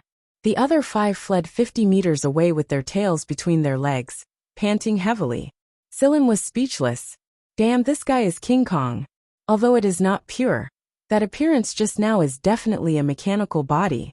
Cyborg life form? Silen had read some articles in electronic journals with high contribution points. Some people mentioned cyborg life forms, but these life forms were very unstable and could only survive for a very short period of time. Many researchers had thought of creating such a cyborg life form, but the results were not as good as expected. Apart from the shortcoming of a naturally formed cyborg life form, the transition between carbon-based life form and mechanical life form was almost perfect. Artificial cyborg life forms could not achieve such perfection, and they were either above or below the balance point. Someone had once speculated on the possible cause of cyborgs' formation in one of Gal's 2 giant publications, Code, but the explanation was very vague. Perhaps it was because Silen's reading clearance wasn't high enough, and he wasn't able to access the true research secrets. Researchers described this cyborg life form as a miracle in the universe. The core of this life form was a certain matter that was accidentally formed in the universe. This matter could not be replicated, and when it floated to a planet with life, this matter would capture the genetic information of a certain creature. Then, using this genetic information as a template, it would form a similar life form, which was what they called cyborg life form. The universe was a place that produced all kinds of miracles. Silen didn't know how it was formed, and he didn't know if the researchers had created a perfect cyborg, but the one in front of him was definitely a cyborg that had transformed into a perfect cyborg. Chapter 86. Now, it had returned to what Silen had seen at the beginning, except that there was one less wolf. The kitten was still lying there dispiritedly, its tail barely moving. However, Celine did not dare to underestimate this fellow now. He was not confident that he could win against a half-living creature that could swallow a wolf in one gulp. But was this semi-living cat really sick, or was it just pretending to be sick? If it was really sick, the speed at which it swallowed the wolf was simply lightning fast. If it were not for Silen's good eyesight, which allowed him to capture such a fast movement and some of the details, the scene just now would have looked like a gray shadow flashing, and the wolf disappeared. If it was pretending to be sick, it really did look sick and extremely dispirited. If it was in good spirits, these wolves would probably be buried in its stomach. In order to figure out the cat's situation, Silen decided to wait and see. Knowing that the cat was a semi-living creature, Silen did not dare to act rashly. But reality did not go as Silen wished. The kitten, who was lying down dispiritedly, suddenly raised its head and opened its eyes. Unlike its previous confused look, its eyes were wide open, and its pupils had shrunk into a long and narrow line. And the place it was looking at was the direction where Silen was. It seemed to be very excited. This time, It was not just its head, but its whole body began to change, distort, and transform. But it was only in the process of transformation, and it could not be fixed. Its fur and metal luster alternated between mechanical changes, and its body size was sometimes small and sometimes big. It was extremely strange, seeing the semi-mechanical cat stand up with its trembling limbs, but it could not take a step. Scylla now believed that this guy was indeed weak. Perhaps it was as the researchers said, naturally formed semi-mechanical life forms could not have a long life. They were not stable enough, and this cat was very obvious. It could smoothly transform between mechanical and carbon-based life forms, but now it could not stabilize even one of them. Previously, this cat had maintained its carbon-based life form because its carbon-based body consumed less energy and lasted longer than a mechanical body. As soon as they saw the cat in such a state, the remaining 5 wolves immediately ran away. The strange cat gave them a very dangerous feeling. In addition to the 5 wolves, the 3 big cats also retreated while trembling. After seeing the wolves leave, they also ran away, leaving the cat that could change its shape without a fixed shape alone. Scylla did not move. In that instant, he suddenly had a very familiar feeling. The AI chip in his body was excited again. At the same time, he felt that something was about to break out of the cocoon. Scylla looked at the leaf pattern on Jinya's finger. There was something moving restlessly inside. It was that white ball. The cyborg cat stared straight at Scylla, who was 100 meters away. It lifted its leg with difficulty, and its body swayed. After stabilizing itself, it continued to move in Scylla's direction. With every step the cyborg cat took, Scylla could feel that the white ball's restlessness became more intense. Surprisingly, the more the cyborg cat moved, the more energetic it seemed. Scylla could just pull out his gun and shoot it, but his intuition told him not to. If he did, he would definitely be the one to die. Like 2 magnets attracting each other, Scylla's left hand was already raised uncontrollably. There was a domineering force on his left thumb that was pulling him in that direction. Scylla gritted his teeth and stabilized his body, but the force was too strong. Scylla's feet scraped against the ground as he was pulled in that direction. As if dissatisfied with this state, the leaf pattern on Scylla's left thumb began to twist in a spiral, forcibly tearing this subspace apart. The white ball flew out from inside, flew directly toward the cyborg cat, and then disappeared into its body. There was no dazzling white light, nor was there a loud explosion. There was only the cyborg cat lying there, transforming. However, Scylla knew that this was not all. Because of the chip, he felt that something was wrong. The electromagnetic waves and charged particles around him were all changing. At the same time, all the communication equipment on planet T, H036 was cut off. All the power transmission networks were also paralyzed. Even the solar panels could not be used. Diaz was planning a strategy to hunt the polar bears, but he found that his communicator had suddenly lost signal. Strangely, the polar bears that were roaring arrogantly on the hillside earlier were now lying on the ground, trembling. Diaz and the others also felt a little uncomfortable. It was as if their minds were being disturbed by invisible sound waves. However, all the instruments could not be used, so there was no way to find out the reason. The satellites and aircrafts outside planet T, H036 were also affected to some extent. The satellites could not send signals or monitor the ground, and the magnetic and ray analysis instruments could not be used. They could not contact the ground or other planets. Before this, no high-energy particles, rays, or magnetic field abnormalities had been detected at all. Some people said that it might be a stellar flare, but planet T, H036 was relatively far from the star it was orbiting. Otherwise, the temperature would not be so low. There were many planets closer to planet T, H036, but they had never heard of such a thing happening. Of course, it was also possible that the same thing was happening now, but the communication was disrupted before they could say anything about it. No matter what, at this stage, they had to analyze how long this abnormality would last. Only then could they come up with countermeasures. However, without some of the analysis instruments, It was not very possible to get an answer in a short period of time. In the forest on the ground, Sillin looked at the cyborg that was still lying on the ground, unable to stabilize. He did not go closer to take a look. He did not have the confidence to block a blow from such a powerful life form, even if he was in a solidified state. After about an hour, the cyborg cat's form gradually stabilized. It was still a small cat, but it looked full of energy. Unlike the previous dispirited state, its gray fur was also bright, reflecting light under the natural light. When the cyborg cat stabilized, the communication equipment on the planet also recovered and began to operate normally. The cat looked up at Sillin. There was no malice in its eyes, but Sillin would not let his guard down because of this. He maintained a state of vigilance. As long as this fellow made the slightest movement, Sillin would definitely escape immediately. What a joke.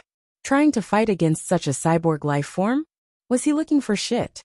When the cat was within 50 meters of him, Sillin warned, "If you go any further, I'll kill you."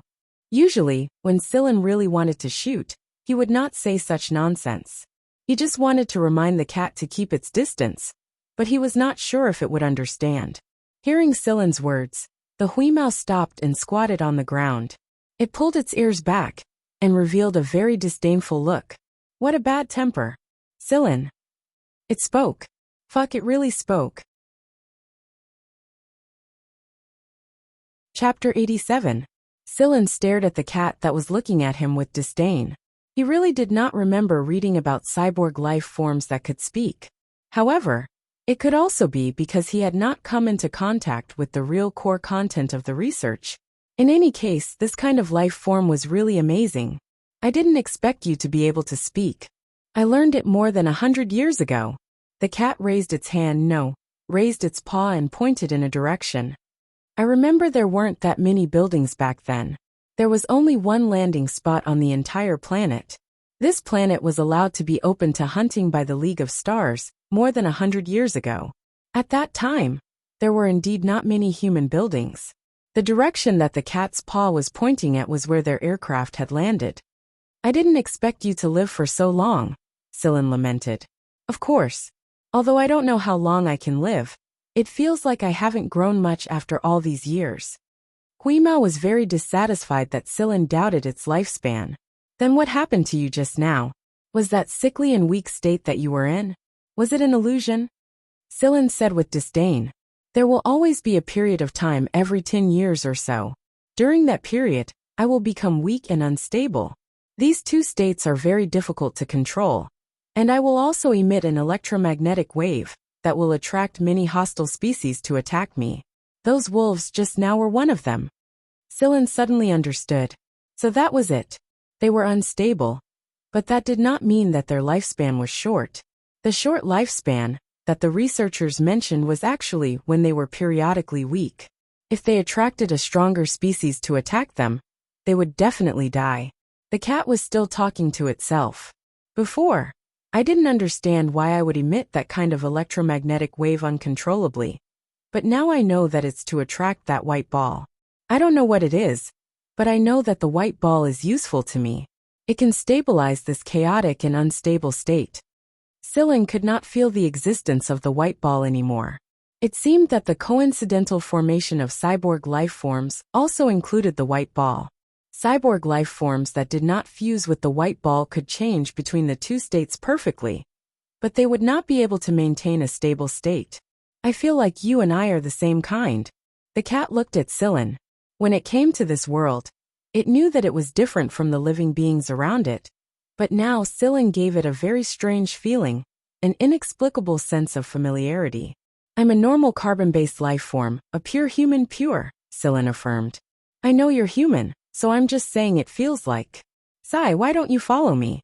Now that I'm stable, I won't be as weak as before. I'm standing at the top of this planet. Not interested. Sillin walked back. He'd better get his bag and look for Diaz and the others. Hey, don't go. Do you want me to follow you? The cat ran behind Celine eagerly. Sillin stopped and looked at the cat. This time, he didn't ask it to stop and let the cat walk in front of him. You want to leave? Yes, I'm tired of staying here. I want to go out and broaden my horizons. You can go find other people. There are many people who come here to hunt. Or you can sneak into one of the spaceships and go on a free vacation.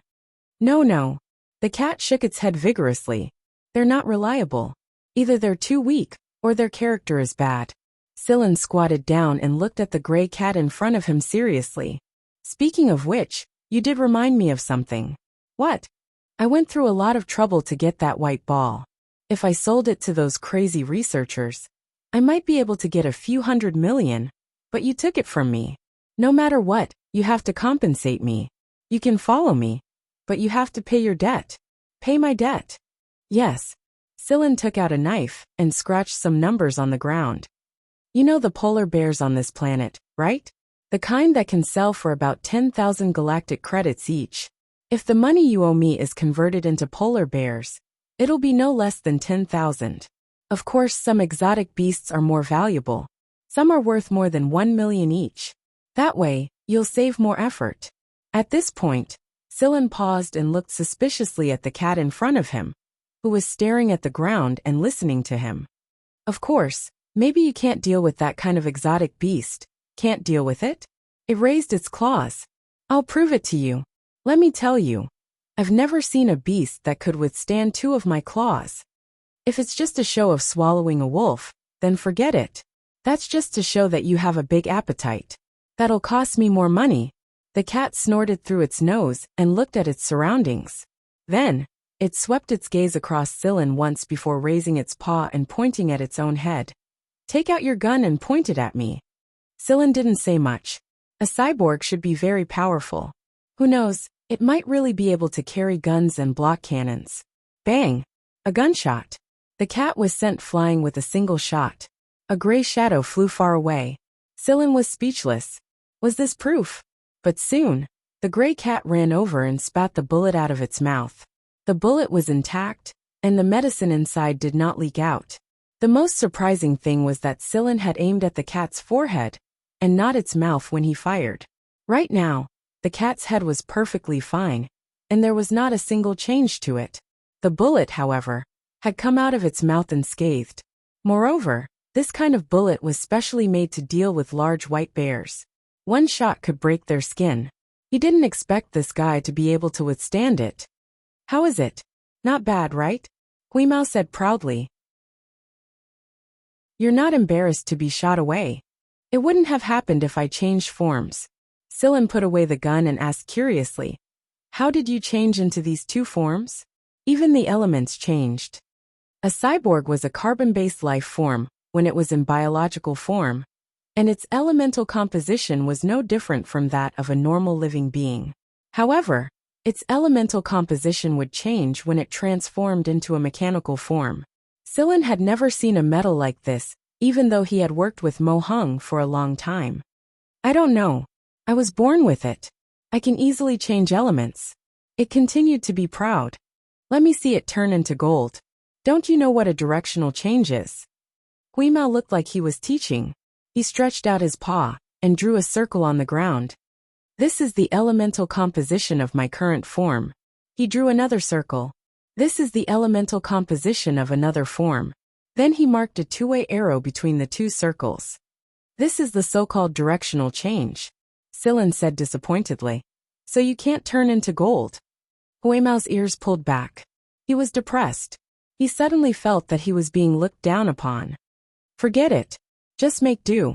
Follow me and slowly pay off your debt. At least you might encounter something similar to that white ball.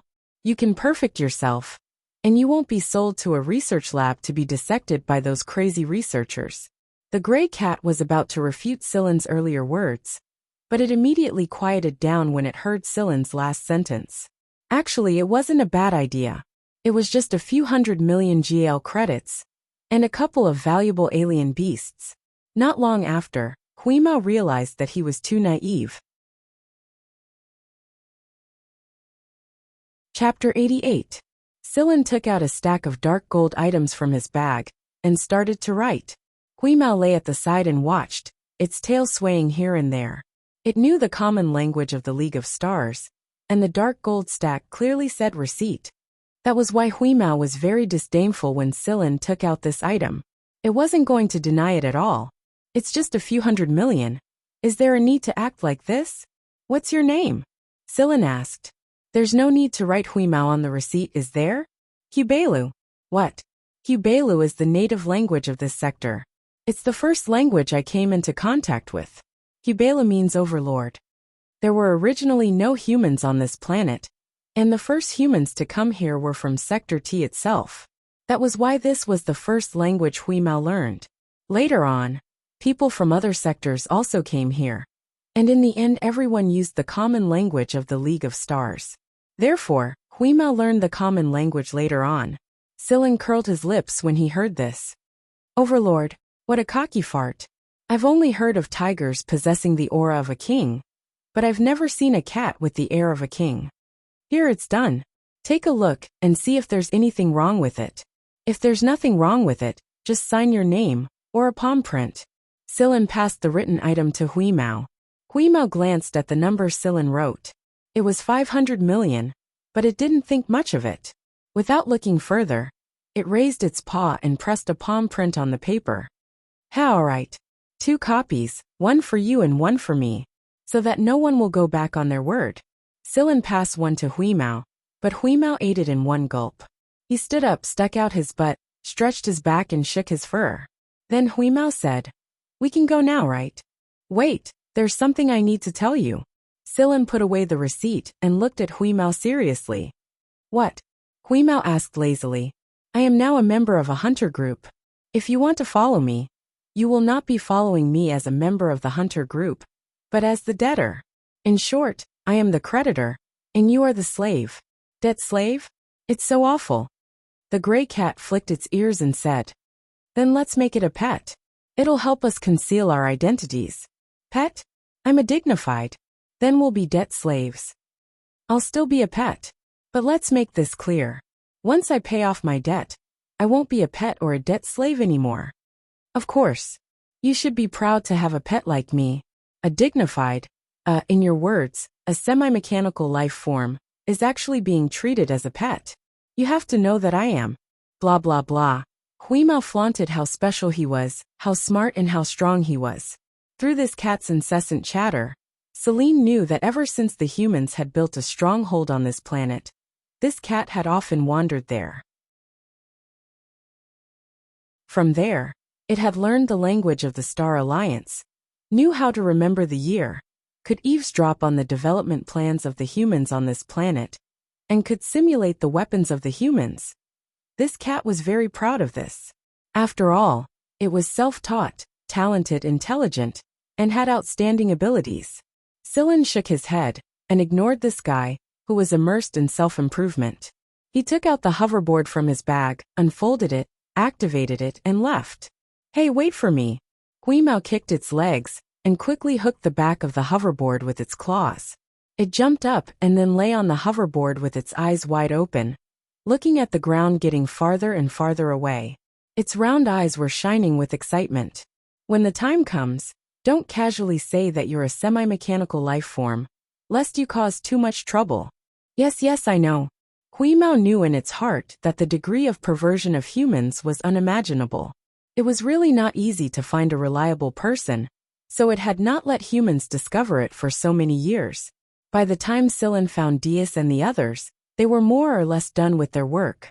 At that time, the communicator could not be used, and the white bears were all lying on the ground. Although Dias also felt uncomfortable, he knew that this was a rare opportunity, so it did not take much effort to deal with the white bears. Tang Qiuqiu was grabbing Ba Dao's uppermost arm and swinging it. Ba Dao freed 2 of his hands to deal with the animal hide, and the other 4 were for Tang Qiuqiu to play with. Seeing Silin coming over, Tang Qiuqiu exerted strength in her arm and swung it in the air, doing a light somersault in the air and landing on the ground. Brother Silin, you're really something. We've already finished the mission before you came over. Silin laughed and fluttered Tang Qiuqiu's head, purposely messing up her short hair. Tang Qiuqiu did not get angry. She grabbed Silin's fluttering hand and giggled. How many white bears did you catch? Silin asked. A total of 7, and I killed one of them. No wonder she was so happy. When those white bears stood up, they were more than 7 meters tall. It was already very good to be able to kill one, let alone a child like Tang Qiuqiu. Not bad, impressive. Not far away, Yudi Xiaoshang and the others looked at Sillin in surprise. He had indeed changed his skin. They could not even recognize him. Even his physique had changed. He was more muscular and not as frail as before. Huimao was dissatisfied that he was ignored. He jumped down from the hoverboard and walked elegantly to the side to watch the people deal with the white bears. He had eaten countless of these white bears. It was no less than the number of white bears hunted by the hunters every time the planet opened up for hunting. He did not expect that their skin could be sold for money. He had to be more careful in the future. He had to divide the parts that could be sold for money and eat the rest of the meat. Hey, there's a cat. Brother Sillin, where did you get this cat?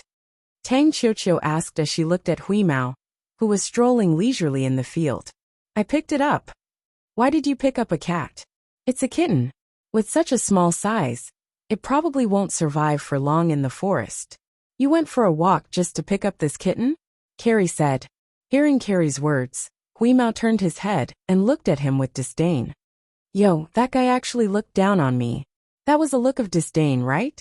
Carrie shouted as if he had discovered another Miantuan chameleon. It's true. Brother Sillin, what's its name? Tang Qiuqiu asked. Hubeilu or Hulu for short. Hearing Sillin's words, Huimao, who was watching with interest as Carrie and Dia skinned the white bear, was rather displeased. However, seeing that he was the creditor, Huimao did not argue with him. It's really cute. Tang Qiuqiu laughed. What's cute about it? It's gray and ugly. Hearing Sillin's words, Huimao exploded again. You're the ugly one. You're ugly from head to toe. Carrie, who was skinning the bear, slipped and almost cut his hand. Oh my god, this guy can actually talk. Not bad. We can sell it for a good price. Not selling. Not selling. Sillin looked at Tang Qiuqiu. She was the one who said not selling at the same time as him. If we want to sell it, those white bears are enough. I'll keep it as a companion for the Miantuan. Tang Qiuqiu treasured Huimao quite a bit. Dias waved his hand. Alright, let's finish what we're doing first. The main ship is starting to rush us. After this batch of goods is done, we'll go do something big. Something big? Carrie's eyes lit up. Boss, are we going to do a 5-year mission? The 6th team had a rule. Every 5 years, they would do something big. It could take half a year, or even 4 to 5 years. If it was a short time, the team members would have a long vacation.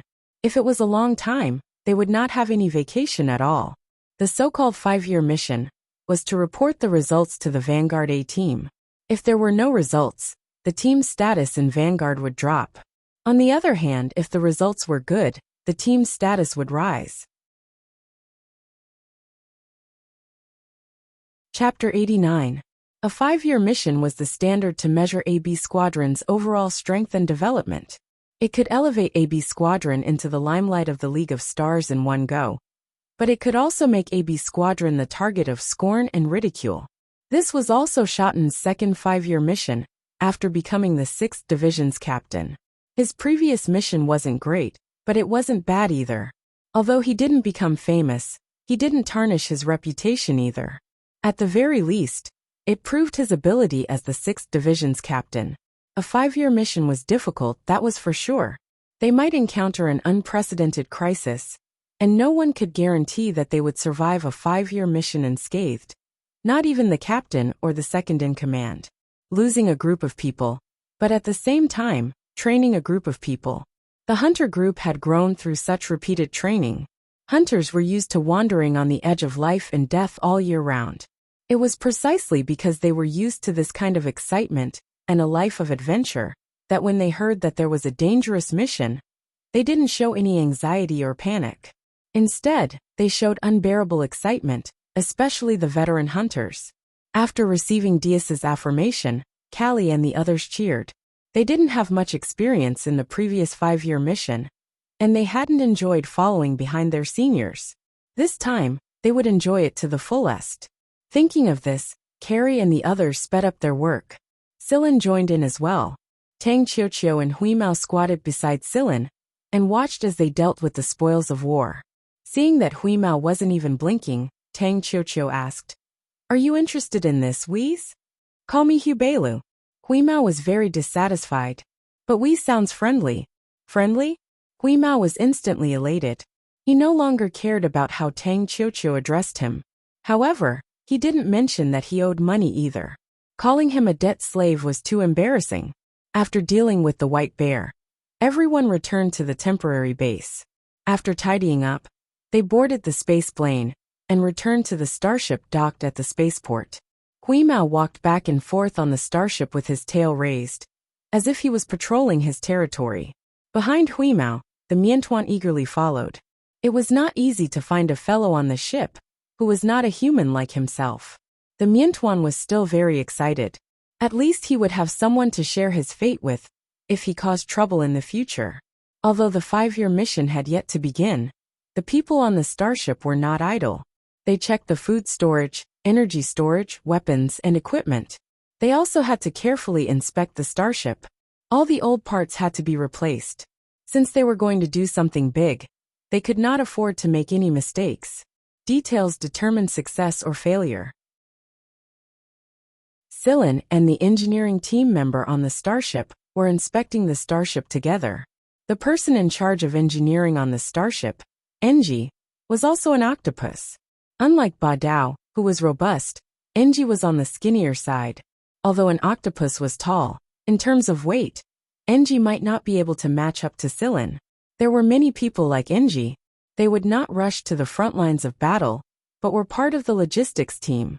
Of course, the technicians who could stay in a hunter regiment were not ordinary people. At the very least, they would not be lacking in courage. Whenever there was a need, they would pick up a gun and go to the battlefield. During the maintenance, Enji and Sillin exchanged their insights. Enji really admired Sillin as a young man. Although he was young, he was truly talented and knowledgeable. He was able to see through the key points of some machinery's structure with just a glance. And Sillin was also able to listen to opinions and suggestions humbly. It was pretty good for someone his age. Enji's 6 arms were busy. Some were holding tools, some were holding parts, and some were holding instruments. Sillin was recording at the side. "Alright, this area is done. Let's take a break before we proceed to the next area for inspection." Taking the water from Sillin, Enji gulped down 2 mouthfuls. He caught his breath and looked at Sillin's recording. Not bad. Very professional recording. Enji was not stingy with his praise. He unfolded a chair and sat down, placing the tools into the toolbox one by one. "Brother Enji, what's that?" Sillin pointed at Enji's tool, and a small piece of reddish-brown crystal inside. "Oh, this." Enji smiled. He picked up the small piece and handed it to Sillin. "Look carefully. Can you guess what it is?" Sillin took the small piece of crystal. This small piece was only half the size of a thumb. Resin. Sillin could distinguish the main components of this thing. At the same time, he saw a creature buried in the bread.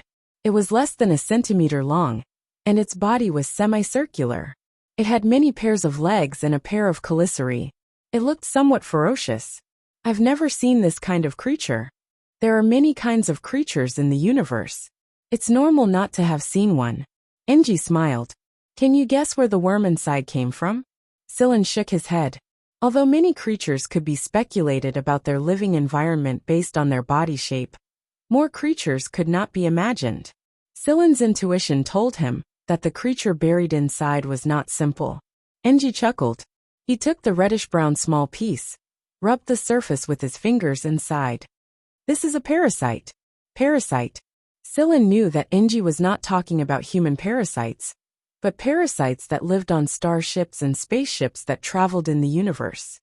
Yes, this is also something we have to pay special attention to every time we repair the starship.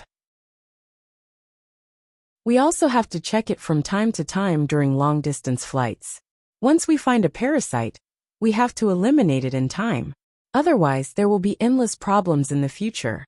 Just a little bit like this can destroy a huge starship. They can withstand cosmic rays, withstand the vacuum environment, and are firmly nailed to spaceships. Many of the substances they secrete can corrode spaceships. Although it is not visible for a while, It will be troublesome after a long time. When it is really discovered, it will be too late. Do you know what will happen if a hole suddenly appears on a starship when it is flying in the universe, and there is no time to repair it? Scylla trembled unconsciously. How terrifying. They will also damage some key parts of the starship, whether it is the weapon system, the energy transmission tubes, or some interfaces. They may become their habitat. There are many kinds of parasites in the universe, and their preferences are different. Some like places with active energy, and some like places with oxygen. In short, what we need to do is to check the starship regularly to prevent future problems. Engie flicked the small piece in his hand and caught it again. Every time we do this, we will prepare an embedding fluid. Small parasites like this can be buried in the embedding fluid, just like amber. After the mission is over, we can sell it at a high price to researchers or collectors.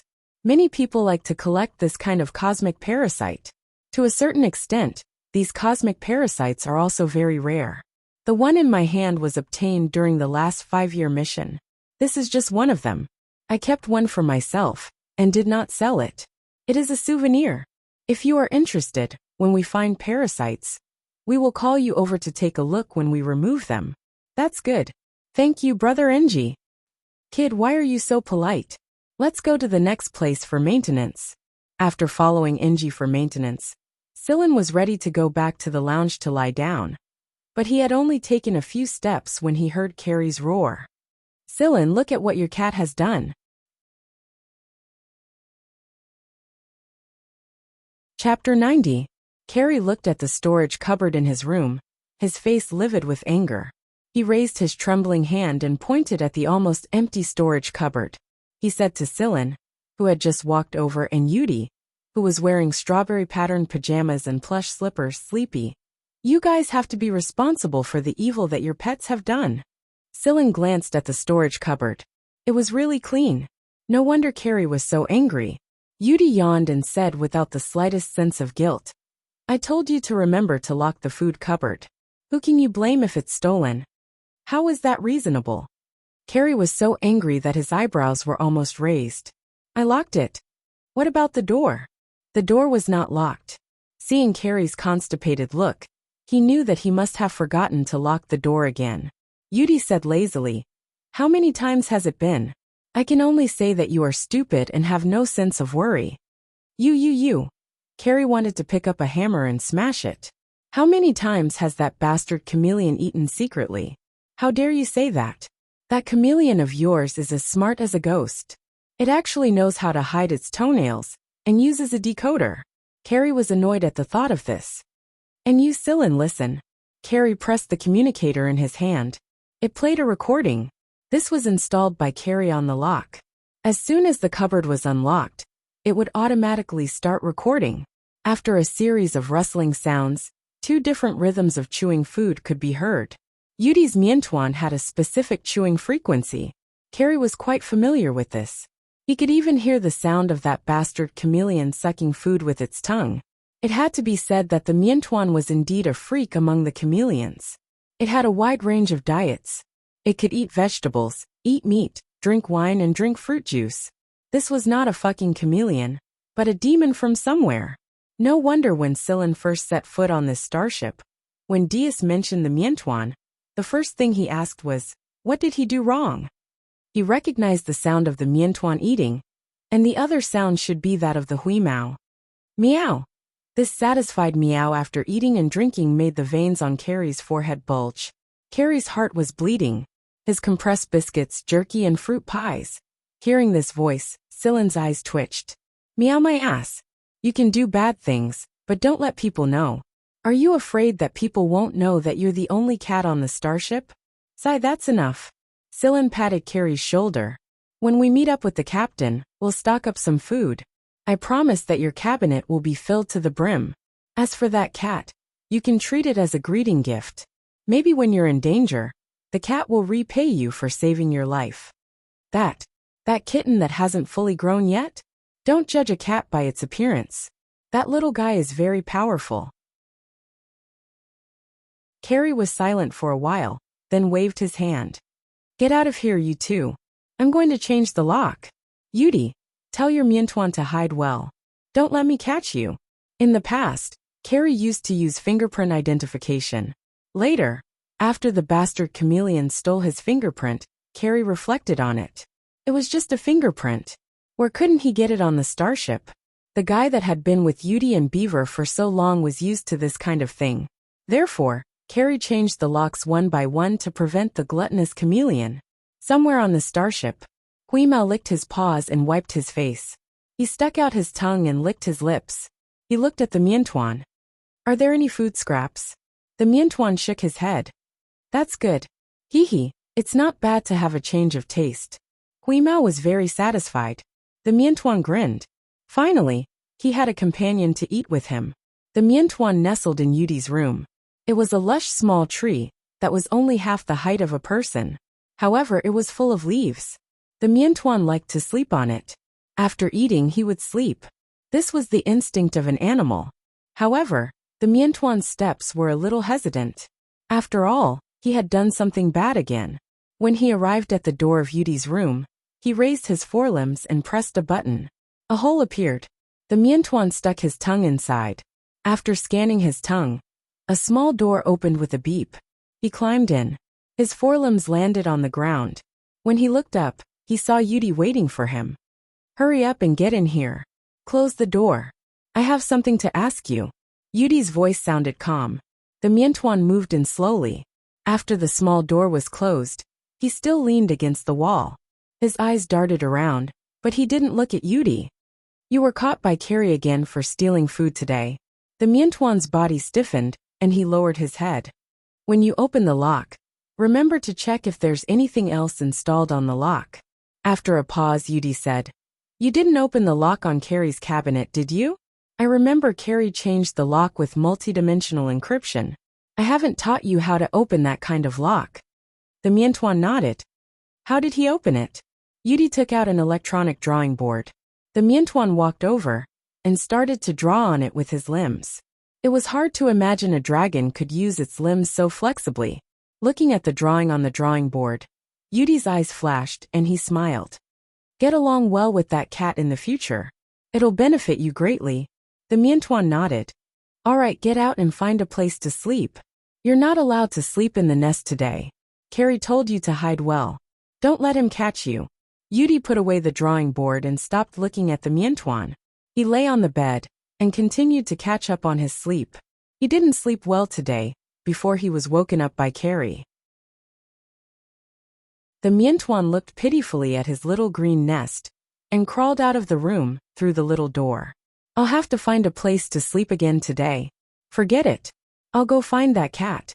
At least I'll have a companion to share the punishment with when Carrie catches me. Huimao didn't fare much better either. He was taught a lesson by Silin, and he even owed him a favor.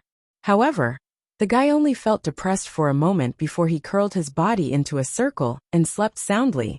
The sixth team's target this time was Sector Z. It was one of the 3 most dangerous and undeveloped sectors in the League of Stars. There were very few official star maps of Sector Z. Almost only the outermost zone was shown. Sector Z was a dark triangle on the overall star map of the League of Stars. Darkness meant that it was undeveloped, and because it was triangular, it was called the Dark Triangle. Of course, this was only public information. If a hunter regiment had explored it themselves, the star maps recorded would either be sold at a high price or kept for their own use. Normally, they wouldn't make them public unless there was something special. If a hunter regiment could discover a habitable planet, then it would be a matter of both fame and fortune for a hunter regiment. The League of Stars had made relevant policies since a long time ago. If a habitable planet was discovered in an undeveloped area, they would allocate a large amount of bounty to the hunter regiment who discovered it. At the same time, they would also report it on high contribution magazines. It was enough to increase the hunter regiment's fame, and some would even allow the hunter regiment to name their own planet. The reason the 4 great hunter regiments were so famous was because they appeared so frequently in magazines that they outshone the other hunter regiments. Schotten's choice of Sector Z was also made after careful consideration and a show of hands by the 6 lieutenant commanders. If they wanted to increase their influence now, They had to produce results. Other than the discovery of habitable planets, the places that truly contained great treasures were the undeveloped areas. Danger and opportunity coexisted. Chapter 91.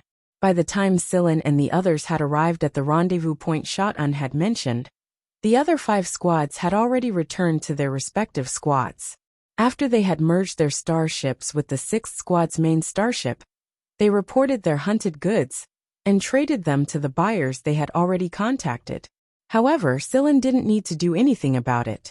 Right now, he was sitting in his room reading a book. It was a book about space parasites he borrowed from Engie.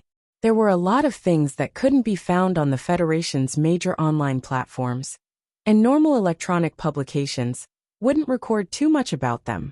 Some of the truly useful things required permission to read. Sillin's current identity as a hunter couldn't read some official documents. Hunters usually kept their belongings to their own people and wouldn't easily make them public. The book in Sillin's hands belonged to Vanguard, and it wasn't announced to the public. This book was more like a notebook. It was something that the person who wrote it down.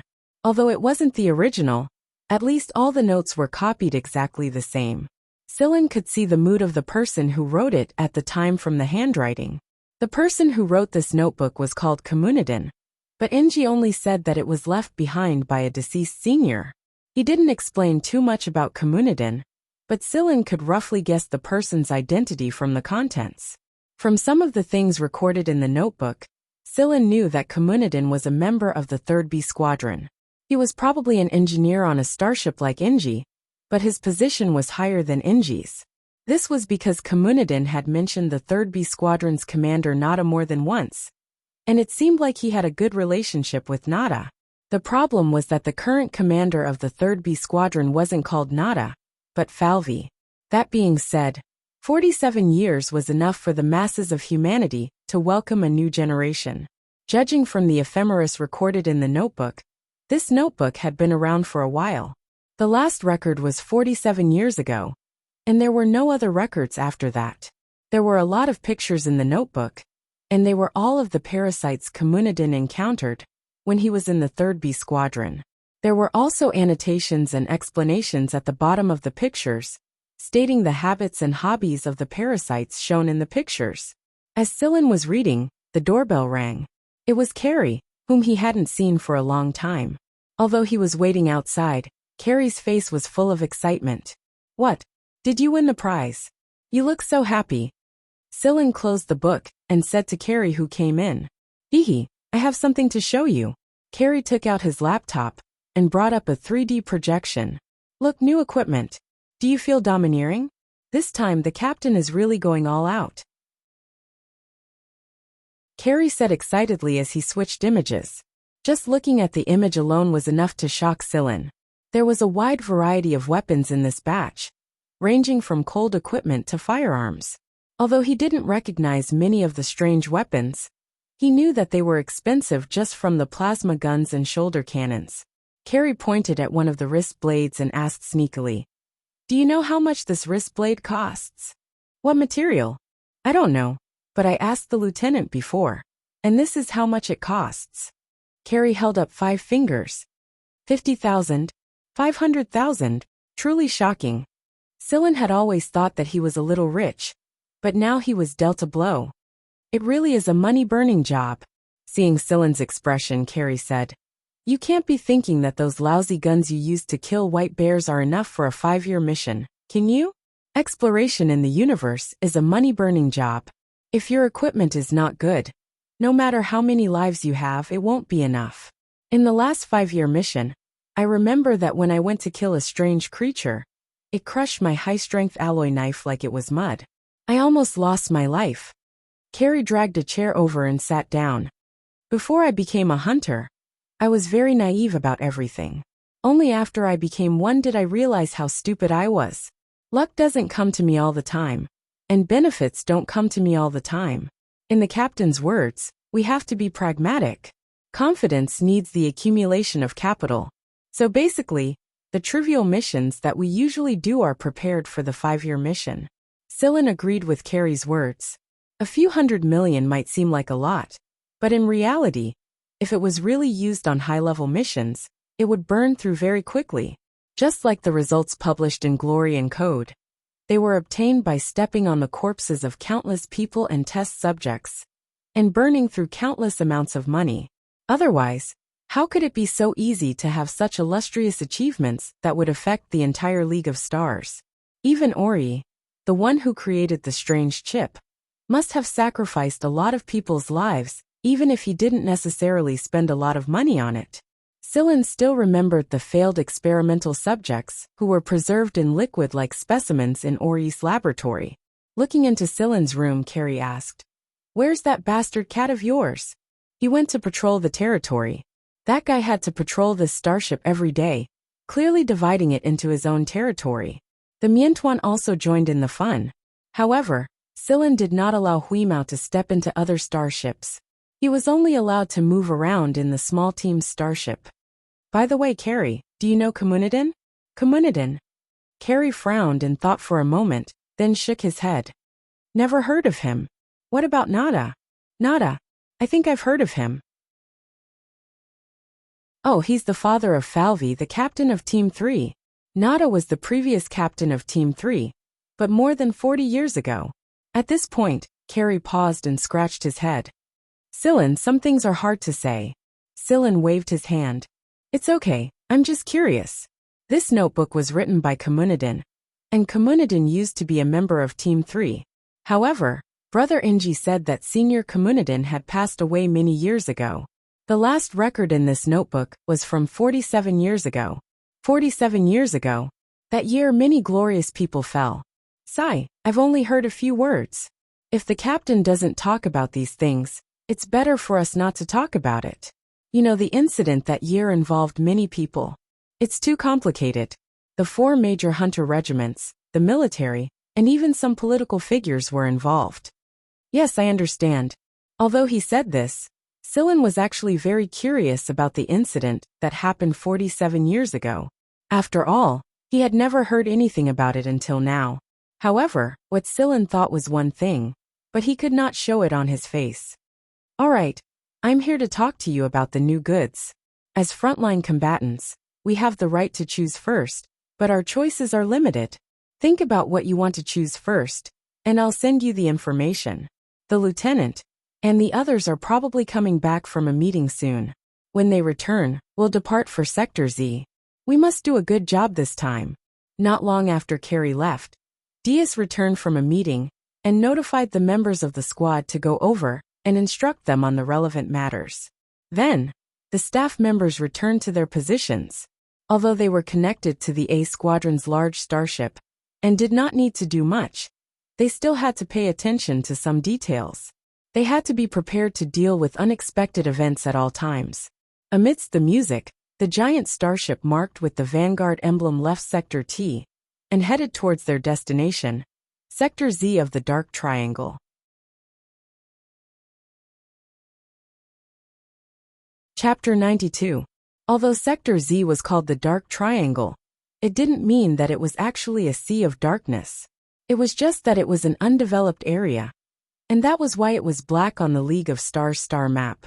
Carrie looked at the exterior scene displayed on the screen and muttered, "This really doesn't look like the Dark Triangle." The scenery outside the starship was similar to the other sectors. The stars were bright, but it was known that the creatures in this area were very dangerous, and magnetic anomalies were common. There was a team made up of specialized personnel on the main ship that was responsible for scanning and probing. According to the old rules, they had to probe at least 10 planets every time they arrived at an undeveloped area, or it would be a disgrace to Vanguard. The periphery of Sector Z had been explored before, and some of them were done by Vanguard. However, no matter which hunter regiment it was, they would only explore a certain number of planets each time. They would not explore too many planets at once, and it was fine as long as they could do it. Exploration was not the same as suicide. At least they had to know their limits. After looking at the general star map, Shotten chose a flight route. This route extended slightly towards the center of Sector Z at a certain angle, but not too far. He would proceed step by step. The partial results of the exploration team's analysis would be transmitted to the 6 squadrons on the main ship at the same time.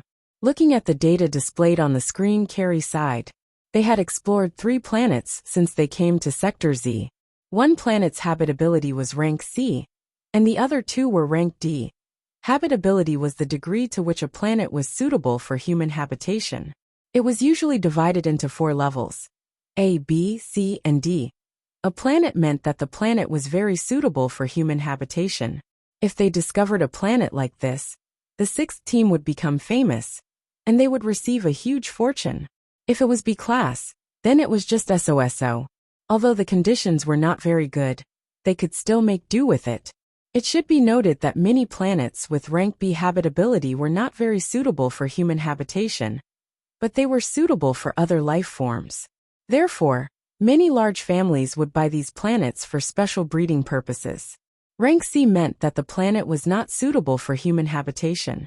The environmental conditions there prevented humans from staying in their natural state for long periods of time.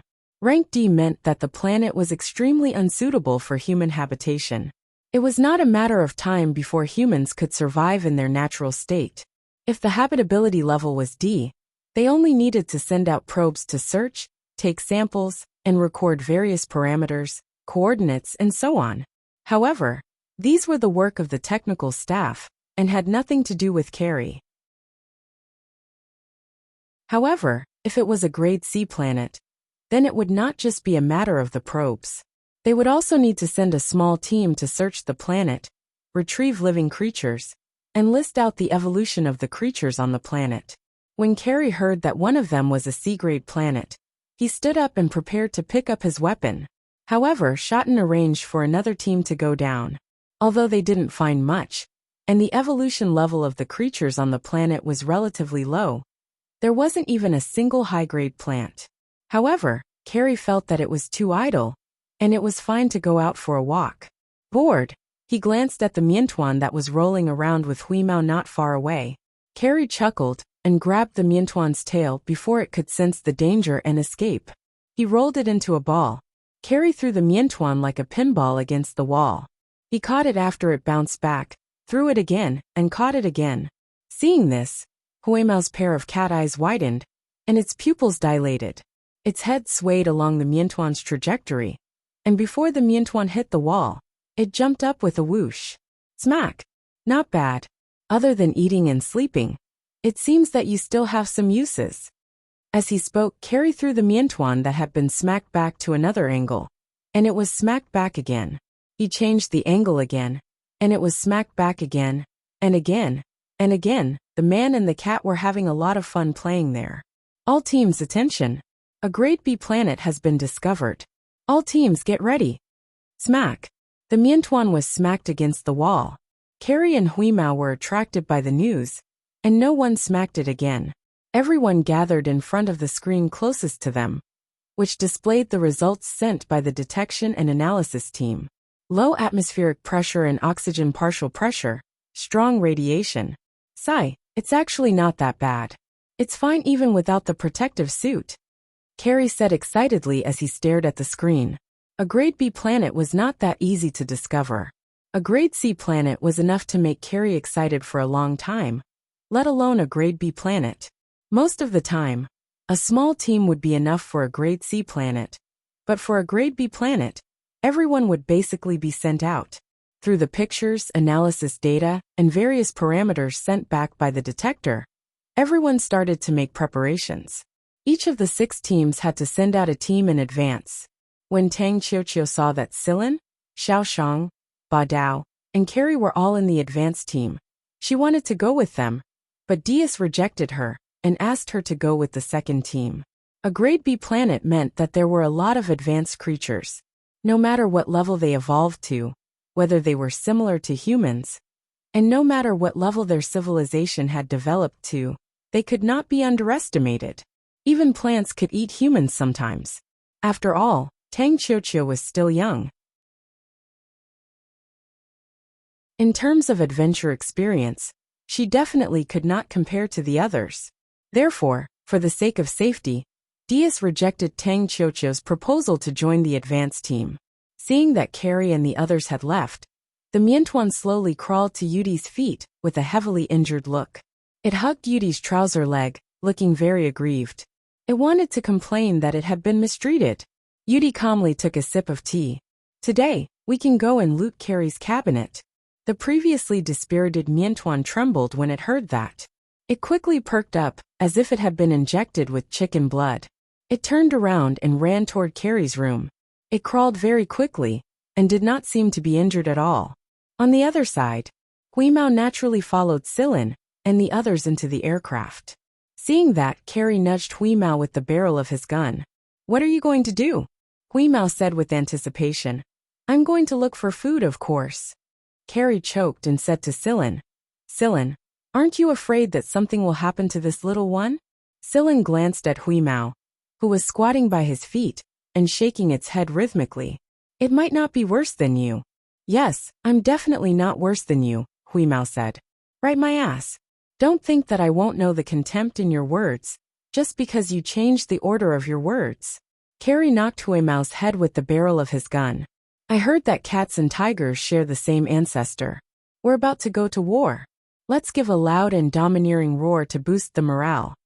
Originally, Carrie wanted to give this gluttonous and sleepy cat a blow, but he did not expect Huimao to really open its mouth. "Be careful, we're on the aircraft," Silin reminded him. Huimao's mouth was wide open. It paused for a moment and adjusted itself. "Take a deep breath. Roar." The communication devices of the 6 spacecrafts that were part of the vanguard of the 6 squads were switched on, and the main ship was also connected. Therefore, the sudden roar that sounded like a prehistoric behemoth directly shocked everyone. The aircraft that Silin and the others were on also made an S-shaped trajectory. The pilot of the aircraft was so shocked that he almost jumped up. Roar of a beast. Where did the beast come from? Was it a purposely played sound effect? "Diaz, what's going on?" On the main ship, Shotten shouted into the communication device. "Ahem. This is a roar made by one of our members to boost morale." Diaz wiped his sweat. He looked at Carrie, who was a little dazed, and Huimao, who was licking its paws as if nothing had happened after the roar. He sighed in his heart. "No wonder it's our team's cat." The 6 aircraft flew out of the starship and headed toward the green planet in front of them from 6 different directions. After scanning the terrain and confirming the landing point, they landed. The defense system was activated, and the Sentinels were released. The Sentinels were distributed around the aircraft in a regular pattern. After confirming that it was safe, the cabin door opened. The first to come out was not Diaz, the deputy captain, but Huimao. Huimao couldn't wait to jump out. Its nose twitched, and it took a deep breath. It let out a long sigh. The smell of food, then it ran away. "Don't worry about it. Let's do our job," Silin said. Diaz nodded. Previously, when they were on the starship, they had already distributed the work, so there was no need to give more instructions now. "Let's go." Everyone was wearing protective clothing and masks. In addition to blocking radiation, resisting pressure, and maintaining a constant body temperature, the protective clothing was mainly used to prevent contact with poisonous plants, unknown planets and unknown species, so it was best to be careful. The protective clothing was equipped with weapons. Everyone's equipment was different, so they chose their equipment according to what they were familiar with. There was a scanner attached to the mask, and it had settings such as zoom, filtering, and locking. It provided a variety of vision, while also locking on to the target. This kind of equipment did indeed cost a lot of money. It also proved what Carrie said. This was a job that burned money. Chapter 93. Although the detectors and the 6 squads that were scattered around did not find anything related to the mechanical civilization, everyone was still fully armed. Sometimes native animals and plants were more difficult to deal with than machines. Silin's party was led by Diaz as they walked through the jungle. The reason why this planet looked green was because there were many jungles. The trees were many and dense, and many species had never been seen before. The collection and analysis of the plant species was done by the detectors, and Silin's party would collect the information of the animals according to the situation. One had to know that even if it was just information, as long as the species was special and had never been discovered by humans, information about them would be worth a lot of money. The results of the sensors would be displayed on the mask, and the humidity, temperature and pressure of the surrounding air would also be displayed. There were birds flying over the forest, and they were very fast. Through the instantaneous capture and analysis of the images, they could tell that these birds were similar to eagles, but they were slightly different. Moreover, their cries were sometimes high and sometimes low, sometimes sharp and sometimes low, and sometimes long and short. Stepping on the thick leaves on the ground, the group walked carefully. Sillin loosened the mask and took a breath of the surrounding air, distinguishing the mixed smell in the air. The main tree species in the forest was a large tree that had never been seen before. Diaz chopped down a large tree that was growing relatively well. The tree was very hard, and it would be very suitable for some manufacturing. The horizontal cut of the trunk showed its growth rings. They were very dense, and there was not much space between each ring. Diaz sent the image of this cross-section of the tree rings to the spaceship, and the people on the spaceship sent the information to the starship outside the planet. There would be specialized personnel to collect and analyze the information. "Yo, the flowers on that tree are quite beautiful," someone said. There was a tree not far away. It was not too tall, but it was very thick. The center was about 5 meters tall, and the diameter of the trunk was about 1 meter. There were many branches distributed on both sides like open wings. The leaves were very thick, and there were some dark brown dots on the trunk, arranged vertically on the trunk. What was strange was that there were some vine-like things on the trunk. One end of the vine was connected to the trunk, and the other end was filled with beautiful red and white flowers. The red and white petals seemed to be arranged by a thin layer of scales. The scattered light from the leaves above shone on the flower, and was reflected by the scales. It was like the bright starlight in the universe. Just looking at it gave people the urge to reach out and pick it up. Sillin sniffed the air. There was a slight licky smell in the air, like a temptation. If it was an ordinary person without a mask, they would definitely not be able to resist this temptation and walk forward. Although the flowers were beautiful, no one walked up to them. Although the flowers gave people a breathtaking feeling at first glance, based on experience, the more beautiful the flowers were, the more murderous they were. Carrie chopped off another section of the tree that Diaz had cut down, and threw it at the tree. Almost at the moment when this section of the trunk touched a flower, the surrounding branches that spread out like wings closed at lightning speed, imprisoning the prey. At the same time, with a whooshing sound, Sillin and the others saw a row of sharp thorns piercing through the trunk. Those sharp thorns were the dark brown dots that they saw on the trunk earlier. And from this series of reactions, it could be seen that this arrangement was simply a natural trap. The group of people shivered. The trunk was very hard, but those sharp thorns easily pierced through it like tofu. It could be seen that the hardness was extraordinary. Diaz waved his hand, and the group continued to walk forward. The more they walked, the stranger they felt. Other than a small number of lethal plants, this forest was actually considered safe, and there were not many poisonous plants. However, other than some small insects, it was too quiet. This kind of silence was not in terms of sound. After all, there was the occasional sound of insects flapping their wings and birds flying in the sky from time to time, but their figures were blocked by the increasingly dense branches. This kind of silence meant that after walking in this forest for so long, they did not see a slightly larger animal. Rabbits, monkeys, wild boars, mice, and whatnot. Based on past experience, the group also looked for some places that might have animal caves, but still did not find any. There were no animals in such a good environment. That was impossible. Some of the images taken by the probes in space around the planet had seen a few large and ferocious animals. It could be said that although this planet did not develop a mechanical civilization, the species evolution had also evolved to a relatively high level. Diaz was puzzled, and he had an inexplicable sense of crisis. He had always trusted his intuition, and his intuition told him that this situation was very bad. They were now deep in the forest, and the deeper they went, the more they felt that there was a big mouth waiting for them. While the group was thinking, the sensors sounded an alarm. Through the scanning area displayed on the masks, the group discovered that some things were coming towards them. There were more than 30 of them, which was 3 times the number of people they had, and they were moving very fast. Without needing Diaz to say anything, the group formed a formation, and the weapons in their hands were ready. As they got closer, even without the face scanner, they could hear the sound of those things running and the low growls they made. Bang bang bang bang. Before those things completely came into sight, the group opened fire. If they waited until they really saw them before firing, it would be too late. Everyone was an experienced hunter. Even new members like Silin, Ba Dao, and Xiaoshang had a lot of experience, so they did not panic at all in this situation. Their hands holding the guns were steady, and their aim was good. With the positioning signal on the masks, although it was not 100%, it was definitely 99% accurate. The display of the heat signal also allowed them to seize the opportunity to shoot those things when they were not blocked by thick trees. After so many years of experience, they tried to minimize the wastage of ammunition. However, this time they had no choice. After shooting those things, they didn't die.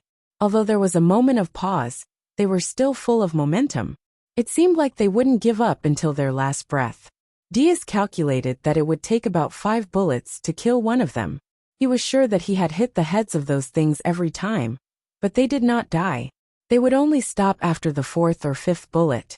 Perhaps they were dead, but Diaz was not sure. Based on the speed of those things, the gap of 4 or 5 bullets was enough for them to get closer. Moreover, there were only 12 people on their side. Not everyone could kill 3 of those things before they reached them. Silin had already killed 2 of them. His firing rate was very fast, so fast that the others suspected that he was wasting ammunition. In fact, according to Silin's heat signal, as long as those things were not blocked by trees, even if it was only for a moment, Silin would shoot them. He even calculated the speed of the bullets and the running speed of the things, so it was almost accurate. Moreover, Silin had locked onto 3 of them at the same time. When the others killed one, he was already on the 3rd. Finally, the first one jumped out of the bushes.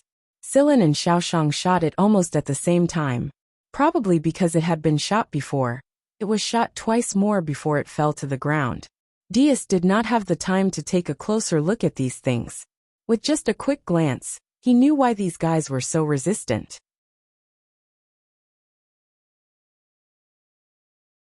Chapter 94. That thing looked very strange. Its head was simply too small compared to its entire body, and a thick layer of hardened keratin almost covered its entire head. At the back of its head, the keratin layer and bony plates extended backward, covering 1/3 of its torso. It was spread out at a certain angle, so that it could easily block all the attacks from the front. The parts that were not covered by the hardened keratin layer looked extremely thick. Although the 2/3 of its torso did not have thick keratin armor, there were many protruding thorns, making it look even more ferocious.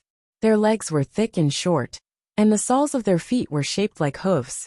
Overall, they looked very cumbersome, but no one would have thought that such a seemingly cumbersome fellow could run so fast. This thing was very well armed.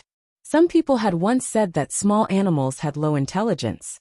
In order to survive, they would evolve their bodies into a strict defensive state, making up for their lack of intelligence with the defense of their bodies.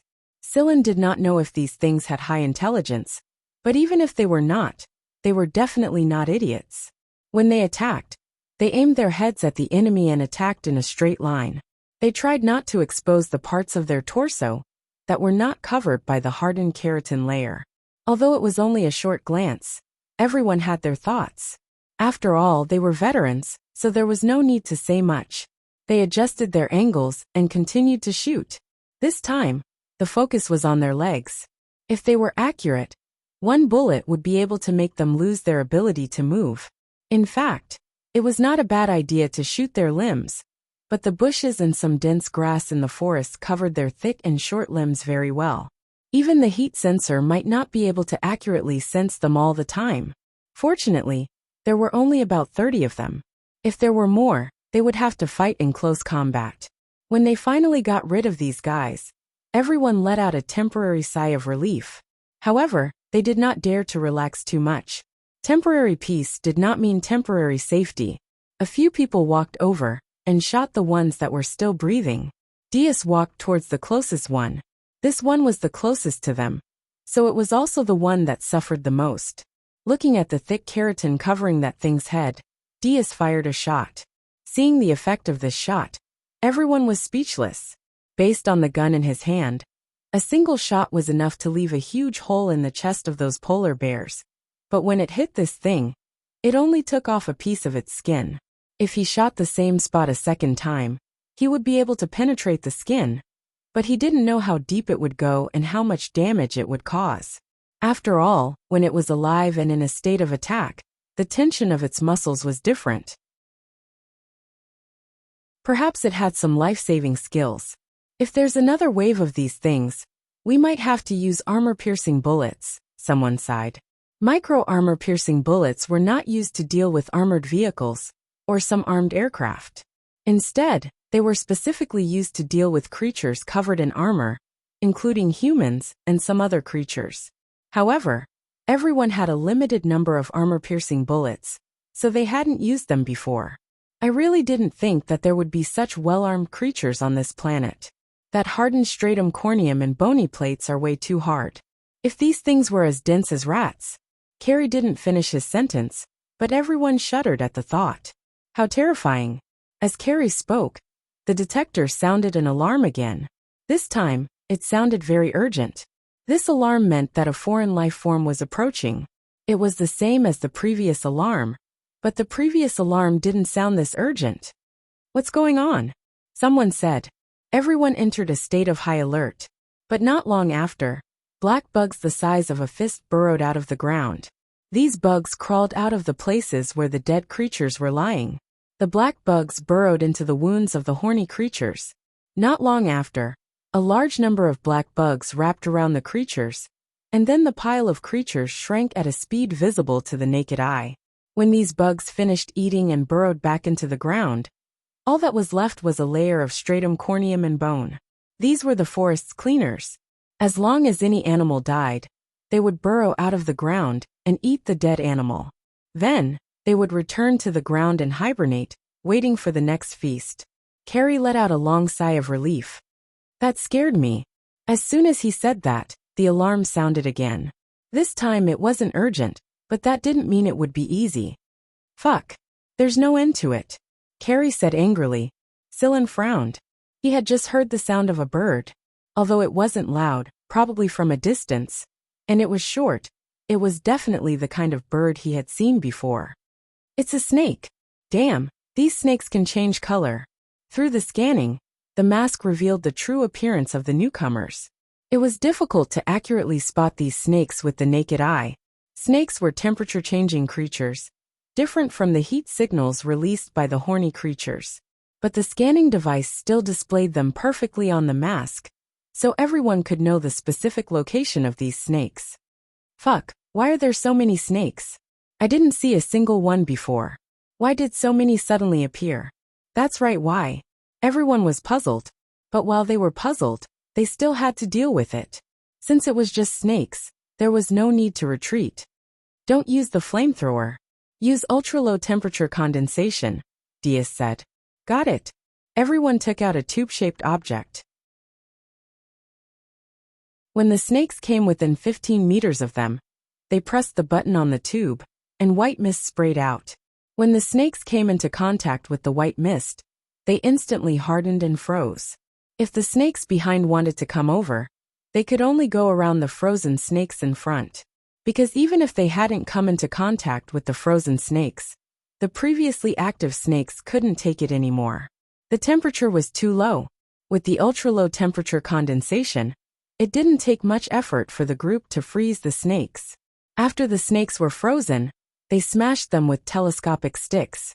Looking at the white chunks that were smashed on the ground, Diaz waved his hand and continued forward. But after a few steps, the alarm sounded again. One wave had just subsided, and another wave had risen. It was the horny creatures from before.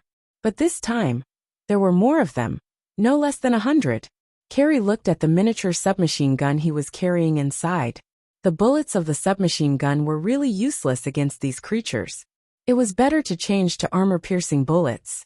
Retreat, Diaz said immediately. This kind of environment was too disadvantageous for them. At the same time, Diaz also sent out a distress signal, asking for help. He also sent some information about these horny creatures. Outside the planet, on the starship, Shotten looked at the situation of the 6 teams on the screen. Of the 6 teams, 3 had sent out distress signals.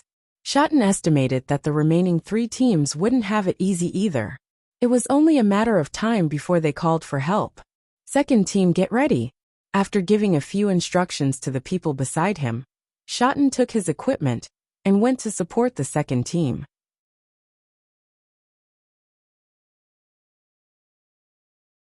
Chapter 95.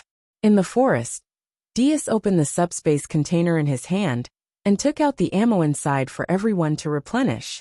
Logically speaking, subspace containers on planets with a habitability rating of A and below would be unstable. Therefore, most people would only use subspace containers on habitable planets. For planets with a habitability rating of B and below, opening a subspace container would involve different degrees of risk. Even so, Diaz still opened it. If they did not replenish their ammo, it would be difficult for them to have time to replenish their ammo once they started fighting. Fortunately, the activation went smoothly. Although there were some effects, and it was not very stable, they were able to take out the items. Vice Captain, it's not just one side that has those things, Xiao Shang exclaimed. The scanner showed a few more dots. After a second scan and cross-analysis of the parameters, they confirmed that these were indeed the creatures with keratin on their heads. They had formed a fan shape and surrounded Diaz and the others. They were either surrounding them or forcing them to the back. They're forcing us back, Xiao Shang said. Yes, if they were only surrounding them, why were they only forming a fan shape? If they were forcing them back, then what would be waiting for them? Although they did not know, it would definitely be more dangerous and disadvantageous to them. They could not retreat. They were in a dangerous situation now. If they retreated, they might be in a situation where they would most likely die. It seemed that these guys were quite intelligent, far higher than they had imagined. After replenishing their ammo, if their aim was good, they could finish them all off with micro-armor-piercing bullets. But this time, these guys seemed to be chasing after their lives. They were even faster than the previous ones. Bang! The bullet struck the hard surface of the horny creatures' heads and drilled through them, entering their heads.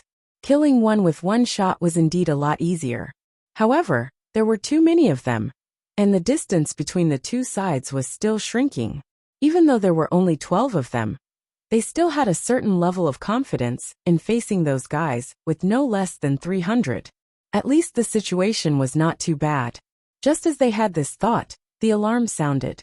This time, what the scanning system showed made their hearts sink. Behind these horny creatures, another group of unknown creatures came. They were very fast and did not move in a straight line. The most special thing was that although the unknown creatures behind them were not running in a straight line and were dodging, they were still running toward them in a fan shape. Not long after, everyone saw the creatures running from behind through the telescopic system. They were larger than the horny creatures. Excluding the spikes on their backs, these horny creatures were about a meter tall, while the creatures behind them were more than twice the size of the horny creatures. If these horny creatures were partially armed, then the ones that came later were fully armed. Damn it, these guys are wearing armor again. Moreover, the armor was a lot more difficult to deal with than those guys, who only had their heads and torsos equipped. Its body was covered with a hard red and black substance that looked like a crystal. From its appearance, it looked a little like a leopard. Carrie took out another type of bullet. This type of bullet looked similar to the armor-piercing bullet, but the color of the bullet was different. Each bullet had a special symbol on it. Bang! The bullet hit one of the big guys, penetrated the thick hard surface, and went inside before exploding. Blood spurted out of the creature's mouth. A lot of the hard red and black substance on its body was lifted up due to the internal shock, but its body did not seem to have been blown into pieces. Of course, even though it looked fine, Its internal organs were blown up. It moved around for a while before it stopped moving. When the others of its kind saw this, they sped up again and ran with more skill, agility, and leaping ability. It was very difficult to lock onto them and shoot them. The 2 shots that Carrie fired later did not hit their targets, but hit the tree trunks instead. The resulting explosion did not affect those creatures much. As long as they missed, even if the explosion happened right next to them, it would not hurt them much. The hard protection on their bodies allowed them to avoid the damage of such an explosion. Due to the red and black monsters coming from behind, the horny creatures running at the front became even more desperate. The horny creatures at the front were the ones who died, and they were also the ones who attracted most of the firepower. There were more than 20 monsters at the back, and this was only what they could see. Diaz did not know if there were more hiding outside their scanning range. Perhaps there were some lying in ambush at the back. Up until now, Carrie was the only one who had killed one first. They were having a hard time fighting 2 of the creatures at the same time. The 2 sides were getting closer and closer. Retreat first. Stall for time. The captain and the others will come to support us. Diaz roared. He had no other choice now. If they did not fight while retreating to find suitable cover, it would be very difficult to deal with them once they got close. The monsters behind them could probably kill them with a single swipe of their claws. Climb up a tree? Impossible. They would be dead meat if they did that. No matter how thick a tree was, it would not be able to withstand the claws of these things. Moreover, based on the movements of those creatures, they could also climb up trees. Perhaps they were much more agile in trees than they were. Hoverboards. Although they brought them, they did not dare to use them. If they wanted to fly, they could only fly above the forest. Judging from the jumping speed of those things, they could reach a certain height, as long as they borrowed the strength of the tree trunk. Meanwhile, many birds had gathered in the sky above the forest at some point. They could only see their shadows flashing by through the gaps between the leaves.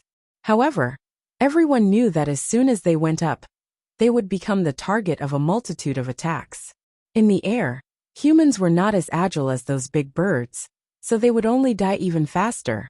Although they knew that there would be more difficult situations ahead, they had no other choice. Now that they had been forced to this point, they could only take one step at a time and wait for reinforcements from the back. Boom! Someone used a shoulder cannon. Although shoulder cannons were more destructive and definitely more lethal than bullets, they were not very effective against those big guys. The reason was because of the terrain and environment here. This was a forest, and there were thick tree trunks everywhere. Those big guys had very sensitive senses and dodged very quickly, so it was very difficult to really lock onto them. The energy bullets that hit the tree trunks would at most cause some damage to the horny creatures in front of them, but they would not cause much actual damage to the big guys. At most, they would peel off some of their hard skin. However, if they used the shoulder cannon, they would be able to wipe out some of the horny creatures in front of them first, which would reduce their burden by quite a bit. They had already eliminated 3/4 of the horny creatures in front of them, and they had yet to deal with the monsters at the back. The 12 of them alone would not be able to handle them. One of the big guys running at the back ran into one of the plants with red and white flowers when it was dodging bullets, and it directly used its 2 claws to tear the plant in half. This made everyone realize just how difficult it would be to fight these guys in close combat. Even a rank A genotype would not dare to fight them head-on without a weapon, not to mention that the other party had the advantage in numbers. Ba Dao's extra 2 pairs of hands came into play. Although his accuracy might not be as good as Silen's, it was still an extra helping hand. Silen's rapid fire had killed most of the horny-skinned beasts on his side, so the others should be able to deal with the remaining horny-skinned beasts. After reloading, Silen aimed his gun at the big guys behind the horny creatures. They were very alert, especially when they saw Carrie kill one of them with a single shot. They became even more vigilant, and they were very sensitive to being locked onto. Before Carrie could fire, they had already dodged to the side. Bang! A hole was blasted open on the head of one of the big guys, and the dark red hard substance on its skin splattered everywhere. Due to inertia, It rolled on the ground twice before it stopped moving. It did not even sense that it had been locked onto, and it was suddenly shot while it was running. Bang! Bang! Bang! Another 3 shots were fired in quick succession, and 3 more big guys were shot and fell to the ground. After Sillin killed 7 of them, the remaining horny creatures and the big guys covered in hard substance caught up to them. Clang! Sparks flew when the wrist blades that popped out cut into the skin of these big guys, which showed just how hard their skin was. Although they managed to cut in a little, the wounds were too shallow.